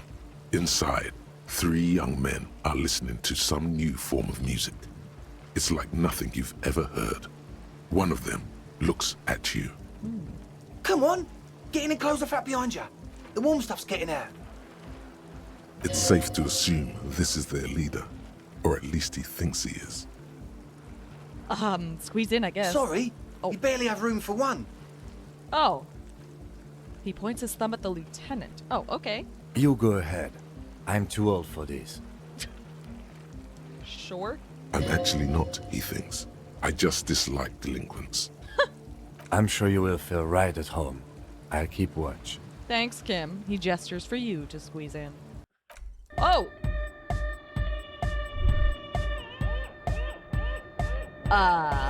Smells like sweat and laundry detergent, plus a trace of ether. Canisters filled with what appears to be water. The label says distilled. A pile of nasal sprays, brand name Nosafed Ultra. Wild. Is this the exit or something? Must be. Alright, I guess I'll talk to them. Oh my gosh. This is wild. Should we first? I think we should first. Make sure we get to go at least with our morale and so on. See if we can do any leveling up, you know? Let me look at my map.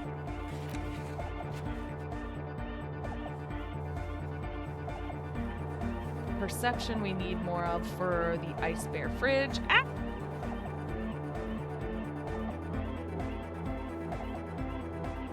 It'd be nice if we could add more to conceptualization, but right now we cannot.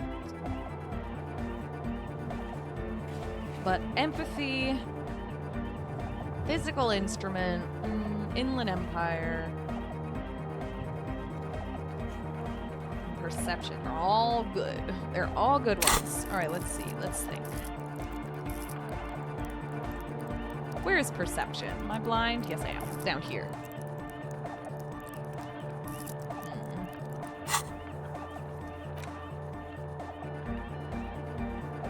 Is anything else related to perception?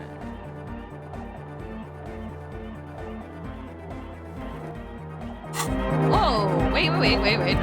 I want us to look at this. Excusez-moi. You know, maybe I should add a point to rhetoric because we only have 2 slots to put points into rhetoric.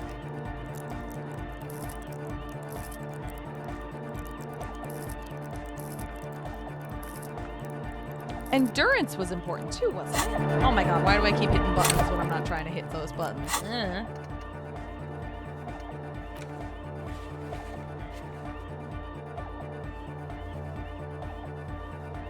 No, actually, not endurance. That's not something I need right now. Okay. Okay, but empathy I want. Inland Empire I want. I also want things like logic. Yes. We only have 1 point in logic, which is wild. Maybe that is important.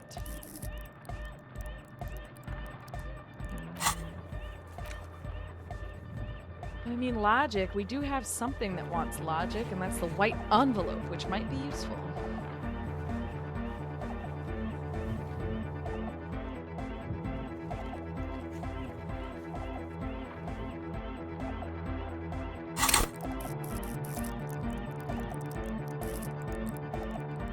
But perception just keeps being so important. You know what? I think I'm gonna add a point to perception. I feel like it's just too fucking important. Now let me see the thought. Oh wait, accept changes. No. Now I want to see. Cool. We can now retry the check to perceive the body in the fridge. I think.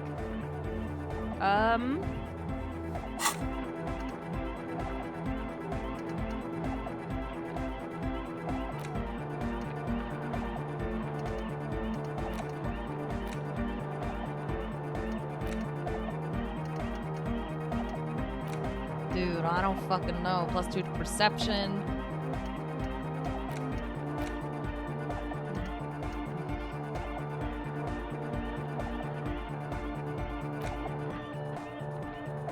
Are any of these...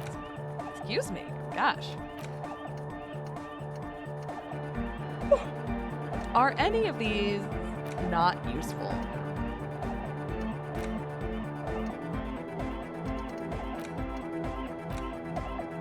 Like right now, I don't necessarily need endurance, do I? Well, fuck. Learning cap for endurance raised to 4. I don't actually have that many right now, do I? I only have 1 point in endurance.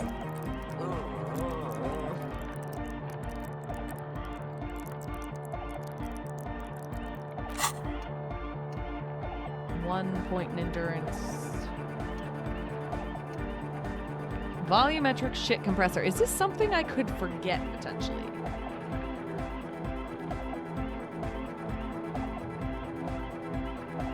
I don't know if it matters. Why would I do that, you know? All of these are useful in some way or another.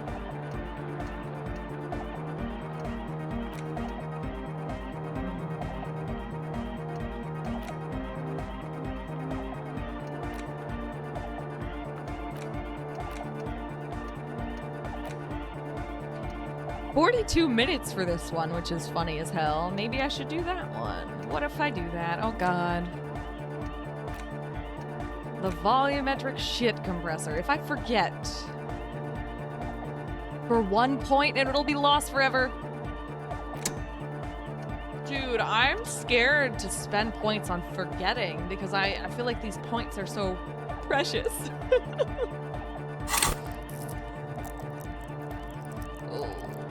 Maybe I'll just leave it at that for now and keep contemplating it, huh? Whoops, 1 second. I guess let's just talk to them, huh? Hello? A young man with Egghead? peroxide blonde hair holds up a Harman Walshy tape player, nodding along to the music. He looks at you with a knowing smile and says, His name is Egghead. as though you're supposed to be sharing some tremendous evangelical secret. Hardcore! Hardcore. Is it? It's hardcore! You're just gonna keep saying it's hardcore, aren't you? Skibbity, skibberdanger. I am the rearranger. I'm sorry, Skip.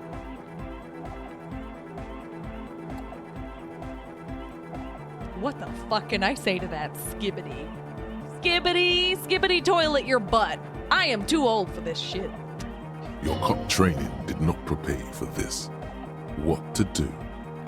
Could there have been a right way out of this garden of forking paths, What? you think?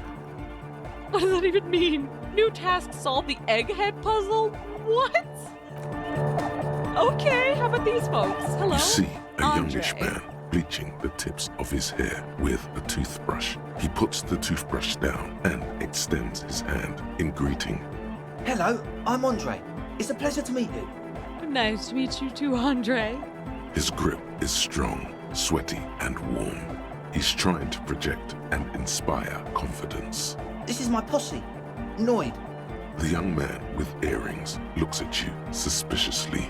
Noid, wow. Spooky looking dude. Look at those eyes. An egghead. Egg! He yells. The tape player, high above his head, continues to blast strange music.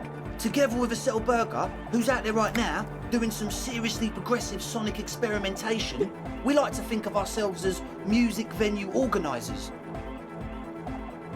Wait, how many music venues have you organized? We have many in the pipeline, officer. Okay, Andre, why are you here? You see, we've been all over Jamrock North, prospecting for real estate to establish a new venue in. Also for talent. Okay. Yeah, thank you, Egghead. And while there is no shortage of raw, unfettered talent spinning tapes in Jamrock, we've had rotten luck with the real estate part. Place is a shithole. I apologise for my friend Noid's potty mouth. I realise this is not how you speak to a police officer. He has authority issues. Cute. There's no need. The place is pretty bad. Which brings me to the problem of occupied ecclesiastical property. I bet you've noticed the derelict hive of narcomania on the coast. An attempt to pander to your perceived conservative sensibilities. No person his age would ever use a word like narcomania with a straight face. Don't fall for it. Enough histrionics. What are you talking about? I'm talking about the church, and I'm not exaggerating. Even a place of spiritual refuge can become a magnet for all sorts of dopeheads and burnouts if left unattended. Oh boy. Dopeheads! Sure, Egghead. Sure. Burnouts! He angrily spits on a screw, then starts cleaning it. Well, I'm sad to say, that's exactly what happened. Sad because we were just about to put Martinez on the map with one of the maddest dance clubs in Jamrock. Nah, strike that. In Revachol. Oh. Strike that! The world! The world! Thank you, Egghead. And sadder yet, because the dopeheads and burnouts holed up in there were the worst kind. Oh. He leans back a little, watching you with a steady, serious gaze, letting you imagine just how bad those dopeheads and burnouts really are. Damn. Good. This calls for an opinion. You're an expert in those. Okay. I won't stand for narcomaniacs of any kind. No narcomaniacs on my watch. Shake your head gravely. Goodness, very dramatic. I feel like you may be laying this on a bit thick. What's really so bad about these dope heads and burnouts? They're spooky. What? What do you mean by spooky, exactly? I was hoping you would be the judge of that, officer. All I can say is, their spookiness is the kind that keeps us from restoring this church into a community centre and a place of spiritual refuge. Also, they don't eat or clean the building. Aww. Shit's gonna collapse. People just want to spin tapes without them spooking it up. Place has bad signs.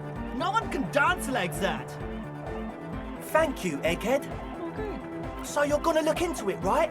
It should be a police matter. Getting them out. Whatever spooky stuff they're doing, I'm sure it's not what the Ecclesiastes meant their property for. I'll look into it. Tell me more. Sure, I might as well. Tell me more. All right, man. Help ravers start a nightclub. Stop. That's amazing. He claps his hands enthusiastically. Andre's obviously very happy you took him seriously. The whole tent is. The boys exchanged giddy looks. I mean, who is Harry to deny these little party goers, huh? He appreciates some dancing and some music. He doesn't appreciate, substance use. That's what we appreciate much less in this house. But dancing will always be important to us.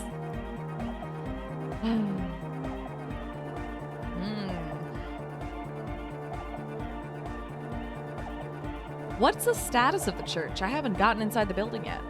I asked Noid to install a measure against more drifters wandering in. A padlock. It's a temporary fix. Just something to contain the situation. Okay. I had to do it in a hurry. Not my best work, but it should hold for a while. What about the key? Oh my gosh, how long have those people been locked in there? Not long. Like a week, maybe? A week?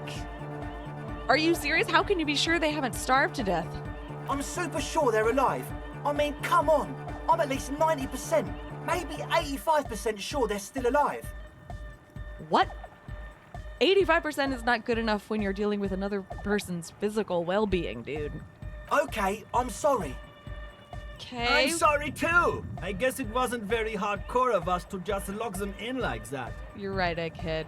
Not very hardcore at all. In fact, not very disco, was it? What about the key? Of course. Noid, give the officer the key. All right. The speed freak dips into his belt pack and produces a yellow key. He then makes a sudden, cool-infused move, tossing it in your general direction. Oh boy. Can't be retried, of course. Be the cool cop. Catch the key as it flies towards you with fucking shitty reaction speed. This is not gonna go well, but let's give it a shot. It's as if time has frozen somehow. You think you can sense the key moving in the air. Yeah, this is going to be way cool. Don't ruin the cool by overdoing it. Raise your hand in front of your face with minimal effort. Blam! Straight in the eye. Straight in the old eye or in the looking ball. Right in the looking ball. A stabbing pain. Ouch. Tears stream uncontrollably from your right eye. Yeah, because a key just stabbed us in the eye. That's fucked up.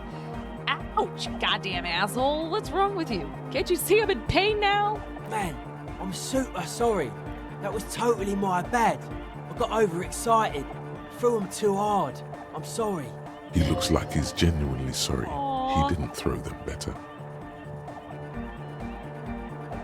Why is this the only thing I can say?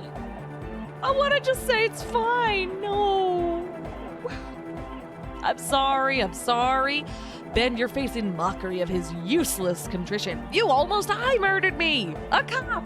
That is use of lethal force! I really am sorry, man. Just take this, okay? He pulls out some black paper from his belt pack. Wow, looks like there's quite a lot there.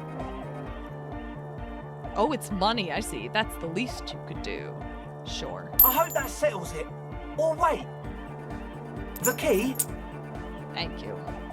He is shifting in his spot, uncomfortably, still feeling sorry for the mishap. I feel sorry for making him feel sorry. Sorry cop indeed. Sounds like who I am in my heart. We were talking about the padlock, I think. Yes. Right, other questions. Sure, man. Tell us what you want to know. Let's do it. Well, who exactly are these people in the church? Truth is, I don't really know. None of us do. I don't even know how many there are. All we've seen are glimpses. Oh. You haven't even seen them, and you want the police involved? Well, there's also the machinery. He leans in for emphasis. This machinery is of the deeply mystical variety. When I first scouted the place, back in February, it was abandoned, empty. Took some time getting the crew together. So about 2 weeks ago, we came here hoping to set the stuff up. Suddenly, there are all these strange machines lying around in there. Oh, cool. One of them has wires running into bowls of water. Wires into water. Never seen anything like it. Andre, tell him about the feeling. The feeling? Oh, and it felt like there was something in there with us, watching us from the dark. Oh. No, the other one. Which other one? I'm not as in tune with my emotions as you are, Egg. Felt like silence. Awful silence. For this man, even regular silence is awful enough. But that was something greater. Wow. But you haven't physically seen anyone? Not exactly. We've just seen someone who we think is a woman go in and out of the church. Oh. A couple of times. And we felt someone or something eyeing us inside. But that's kinda it. What was that about some thing watching you? Like you aren't alone, you know? It wasn't quite human, if you know what I mean. It was this dark shape climbing upside down along the ceiling, like some kind of crab man. A crab man? Yeah, you know, the way it was climbing up and around the ceiling, like a crab. It was stalking a cell, exhibiting ambush behavior. Whoa. Are you sure there was a crab man? Yeah, totally. I mean, I didn't personally see it. A cell was alone that time. But I believe her. If she comes out running and says there's a crab in there, there's a crab in there. You should ask her about it, but be nice. Don't tell her you don't believe in the crab. Okay. The implications of this are too numerous to consider. Proceed with caution. Learn all you can before entering that dark building. So how can you be sure they're burnouts and dope heads if you haven't even seen them? Well, honestly, I can't. But I am. Why not? Let's go with that. All right. I don't see a single thing wrong with that argument. Except yes, I do. I'm 70% sure they're substance users. Don't let the technology fool you. He makes little quotation marks with his fingers when he says technology. Well, can you tell me more about this technology? You should talk to Noid about that. I just got a distinct burnout and dopehead sign from them. Probably jacked up to some snuff station too. Probably, very likely. With a small surge of PEA, alertness fills you, as if to say, this is a dark corner. Look behind it. Jacked up to some snuff station? It means like one of those rich boy private radio stations, Oh. where you can listen to people getting killed on, and jerk off to it. Sick shit. Very sick. Not that we would know anything about that. Noid just likes to relay stuff. We're getting derailed here. In short, you can tell to Noid about the machines. He'll tell you more. Okay, let's talk about something else then. Sure. What? You mentioned some kind of ecclesiastes. Oh, in the church. Who are them? Who are them? What kind of English was that? Who are they? Whatever. Oh yeah, that's a meteor name for the founding party. Thought it'd be cool to use it. Okay, before we go on, what do you mean by the meteorin? You know, of Meteo. Concerning Meteo. Meteo? Meteo, a country on Muindi. On the Muindi Isla. Okay. The founding party. I do know them, but can you refresh my memory? Come to think of it, I've never really looked them up, you know? Oh. I can't give you a precise definition, but they're a very powerful religious organisation. Well, cool, and? And they have roots in ancient mass society. And they're the custodians of the Pericarnassian Church. Plus, they anoint the innocents. They, like, made the innocentic system, no? Huh. Doesn't sound like they would appreciate a dance club in their church, does it? You're totally wrong about that. He shakes his head. The Pericarnassian Church is about love. And Nordic music is about love. Love? I got love for my Pericarnassian posse. Love is the relay out of death.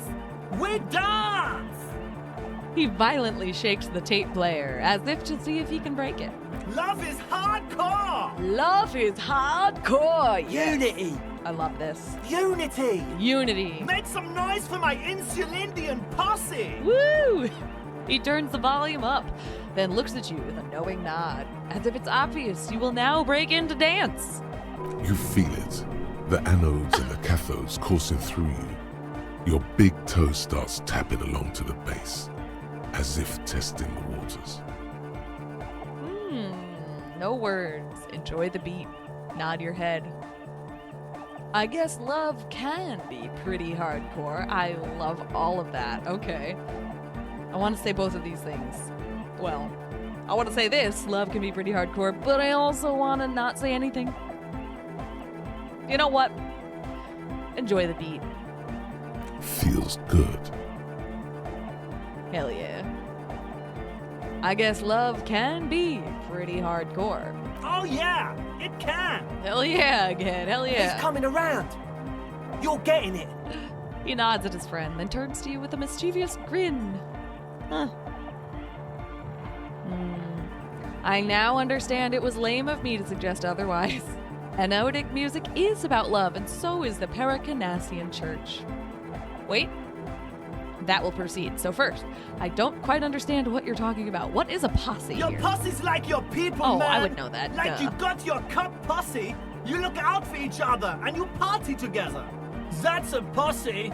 And where is your posse, detective? Nothing comes to you. The world is silent. It sounds like you're just saying random things. Nah, I kind of like him. I'm feeling these guys. I now understand it was lame of me to suggest otherwise. Anodic music is about love, and so is the Pericarnassian Church. Yeah! Yakokata! The place to be! The place to be. That's right, He Ed. seems ecstatic that you share his vision of Pericarnassianism. Do it for the masses. Do it for the crew. His friend forms a fist with a screwdriver still in his hand. Approvingly so. I didn't want to say it, but it was pretty lame of you to imply otherwise. Anyway, you got more questions? The one with the large head is still looking at you, nodding his head, waiting for your body to start moving. Yeah! Let it out! Let the disco happen! Bring the disco into this world! Get this church shit on, and then dance there, motherfucker! You feel like you could go for a little disco when, or if, they get this club going. You've got it in you. Oh, hell yeah, I got it in you. Me, whatever. I totally want to know what Egghead's deal is, but, I first wanted to ask you about this tent full of equipment. Yes. What? Well, I see you brought your own water. Yeah. Good to have, bitch to carry. When I first scouted the place, I did some reconnaissance. I'm not sure the church even has running water. Oh, it's distilled too. Oh. He doesn't know what else to say. It's the one they sell at the fuel station. Oh, that's nice. What's with all the Nosafed? The what now? He leans in to hear you better. Point to the bottles of nasal spray in the corner. The Nosafed Ultra. You have a lot of it lying around. Oh, the old Ultra. I have a major sinus infection. Stuffy nose. We all do.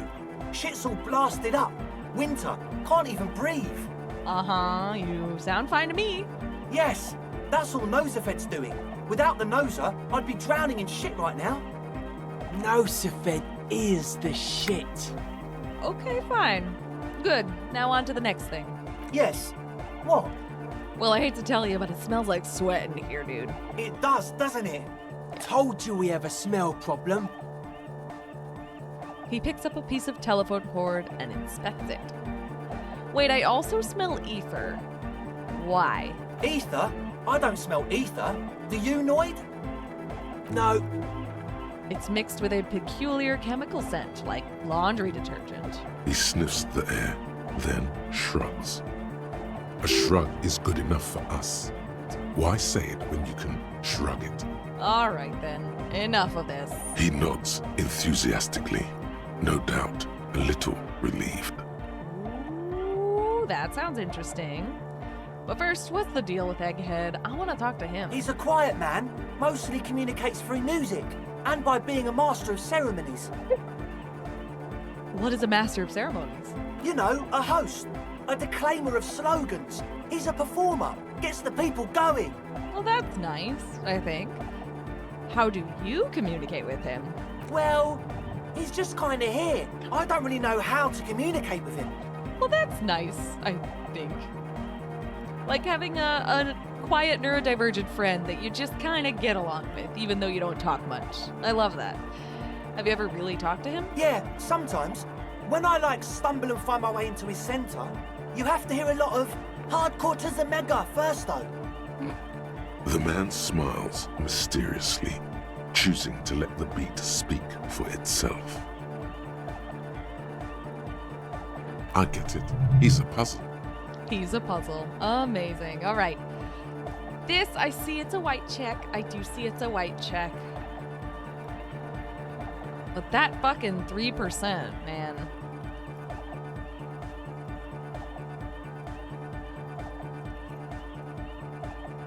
I'm gonna be back here. The question really is, will I be coming back here having opened this white check again? I don't know. Fuck. Let me look again at what I've got going on in logic. 1 point in logic. Let's see. Logic. I had a logic thing going on here. I did. So I haven't actually updated logic just yet. That's fine then. Okay, let's try it. We're gonna try the white check. I think it's worth doing, even though it's literally 3% chance. Horrible. Let's do it. What the fuck ever. Okay. Of course. So the speed freaks want to start a club for dance music. That much checks out. Youths like music. You feel as though you might have liked music more when you were young, too. But you digress. What's the gist of it? The gist of it is, they want to turn the church into a club, but a suspicious element has overtaken the building. It's very important to understand what the gist of things is. Always consult the gist before making up your mind. This is going well. Plus, and it has to be considered, you can't invent the future of dance music in this smelly old tent. Imagine if you had the church. That settles it. Analysis complete. Their story checks out. Sure. It still feels as if this didn't quite go as it should have. But It probably didn't, but that's okay. That's it for now. As always, we'll be right here, waiting patiently for the news. Yeah! Okay, that was the wrong line it just read, but that's fine. Be careful in there, officer, Andre said. And tell us how it goes, yeah? We'll be here. All right, bye. Nice talking to you three absolute weirdos. Let's leave the tent now. And my goodness, I think I'm going to make a save here because although not much got actually done, we sure explored a huge area today, and I have now been here for well over 2 hours, and that is usually the allotted amount of time I give myself to play for one session. Or more, or less if I'm really lazy, but usually more. But anyway, I am going to leave things here for the day. So until the next time, which I'm already looking forward to so much, thank you. Thank you so much for hanging out with me today. If you've enjoyed our time together, please consider doing the YouTube thing, liking, commenting, subscribing, hyping, whatever you feel like doing. It would really help me out. And yes, I just made a save. I forgot what I was about to say. How do I do my outro? How does my outro go? Oh no, how does my outro go? Oh, okay. I remembered. Jesus Christ. I love and appreciate you so, so much. Please be kind to yourself. Take care of yourself. Take extra good care of your animals and human children too, please. And stay soft, because you know the world is definitely hard enough already. And I will see you next time. Bye-bye. Now I'm going to do the unrecording thing.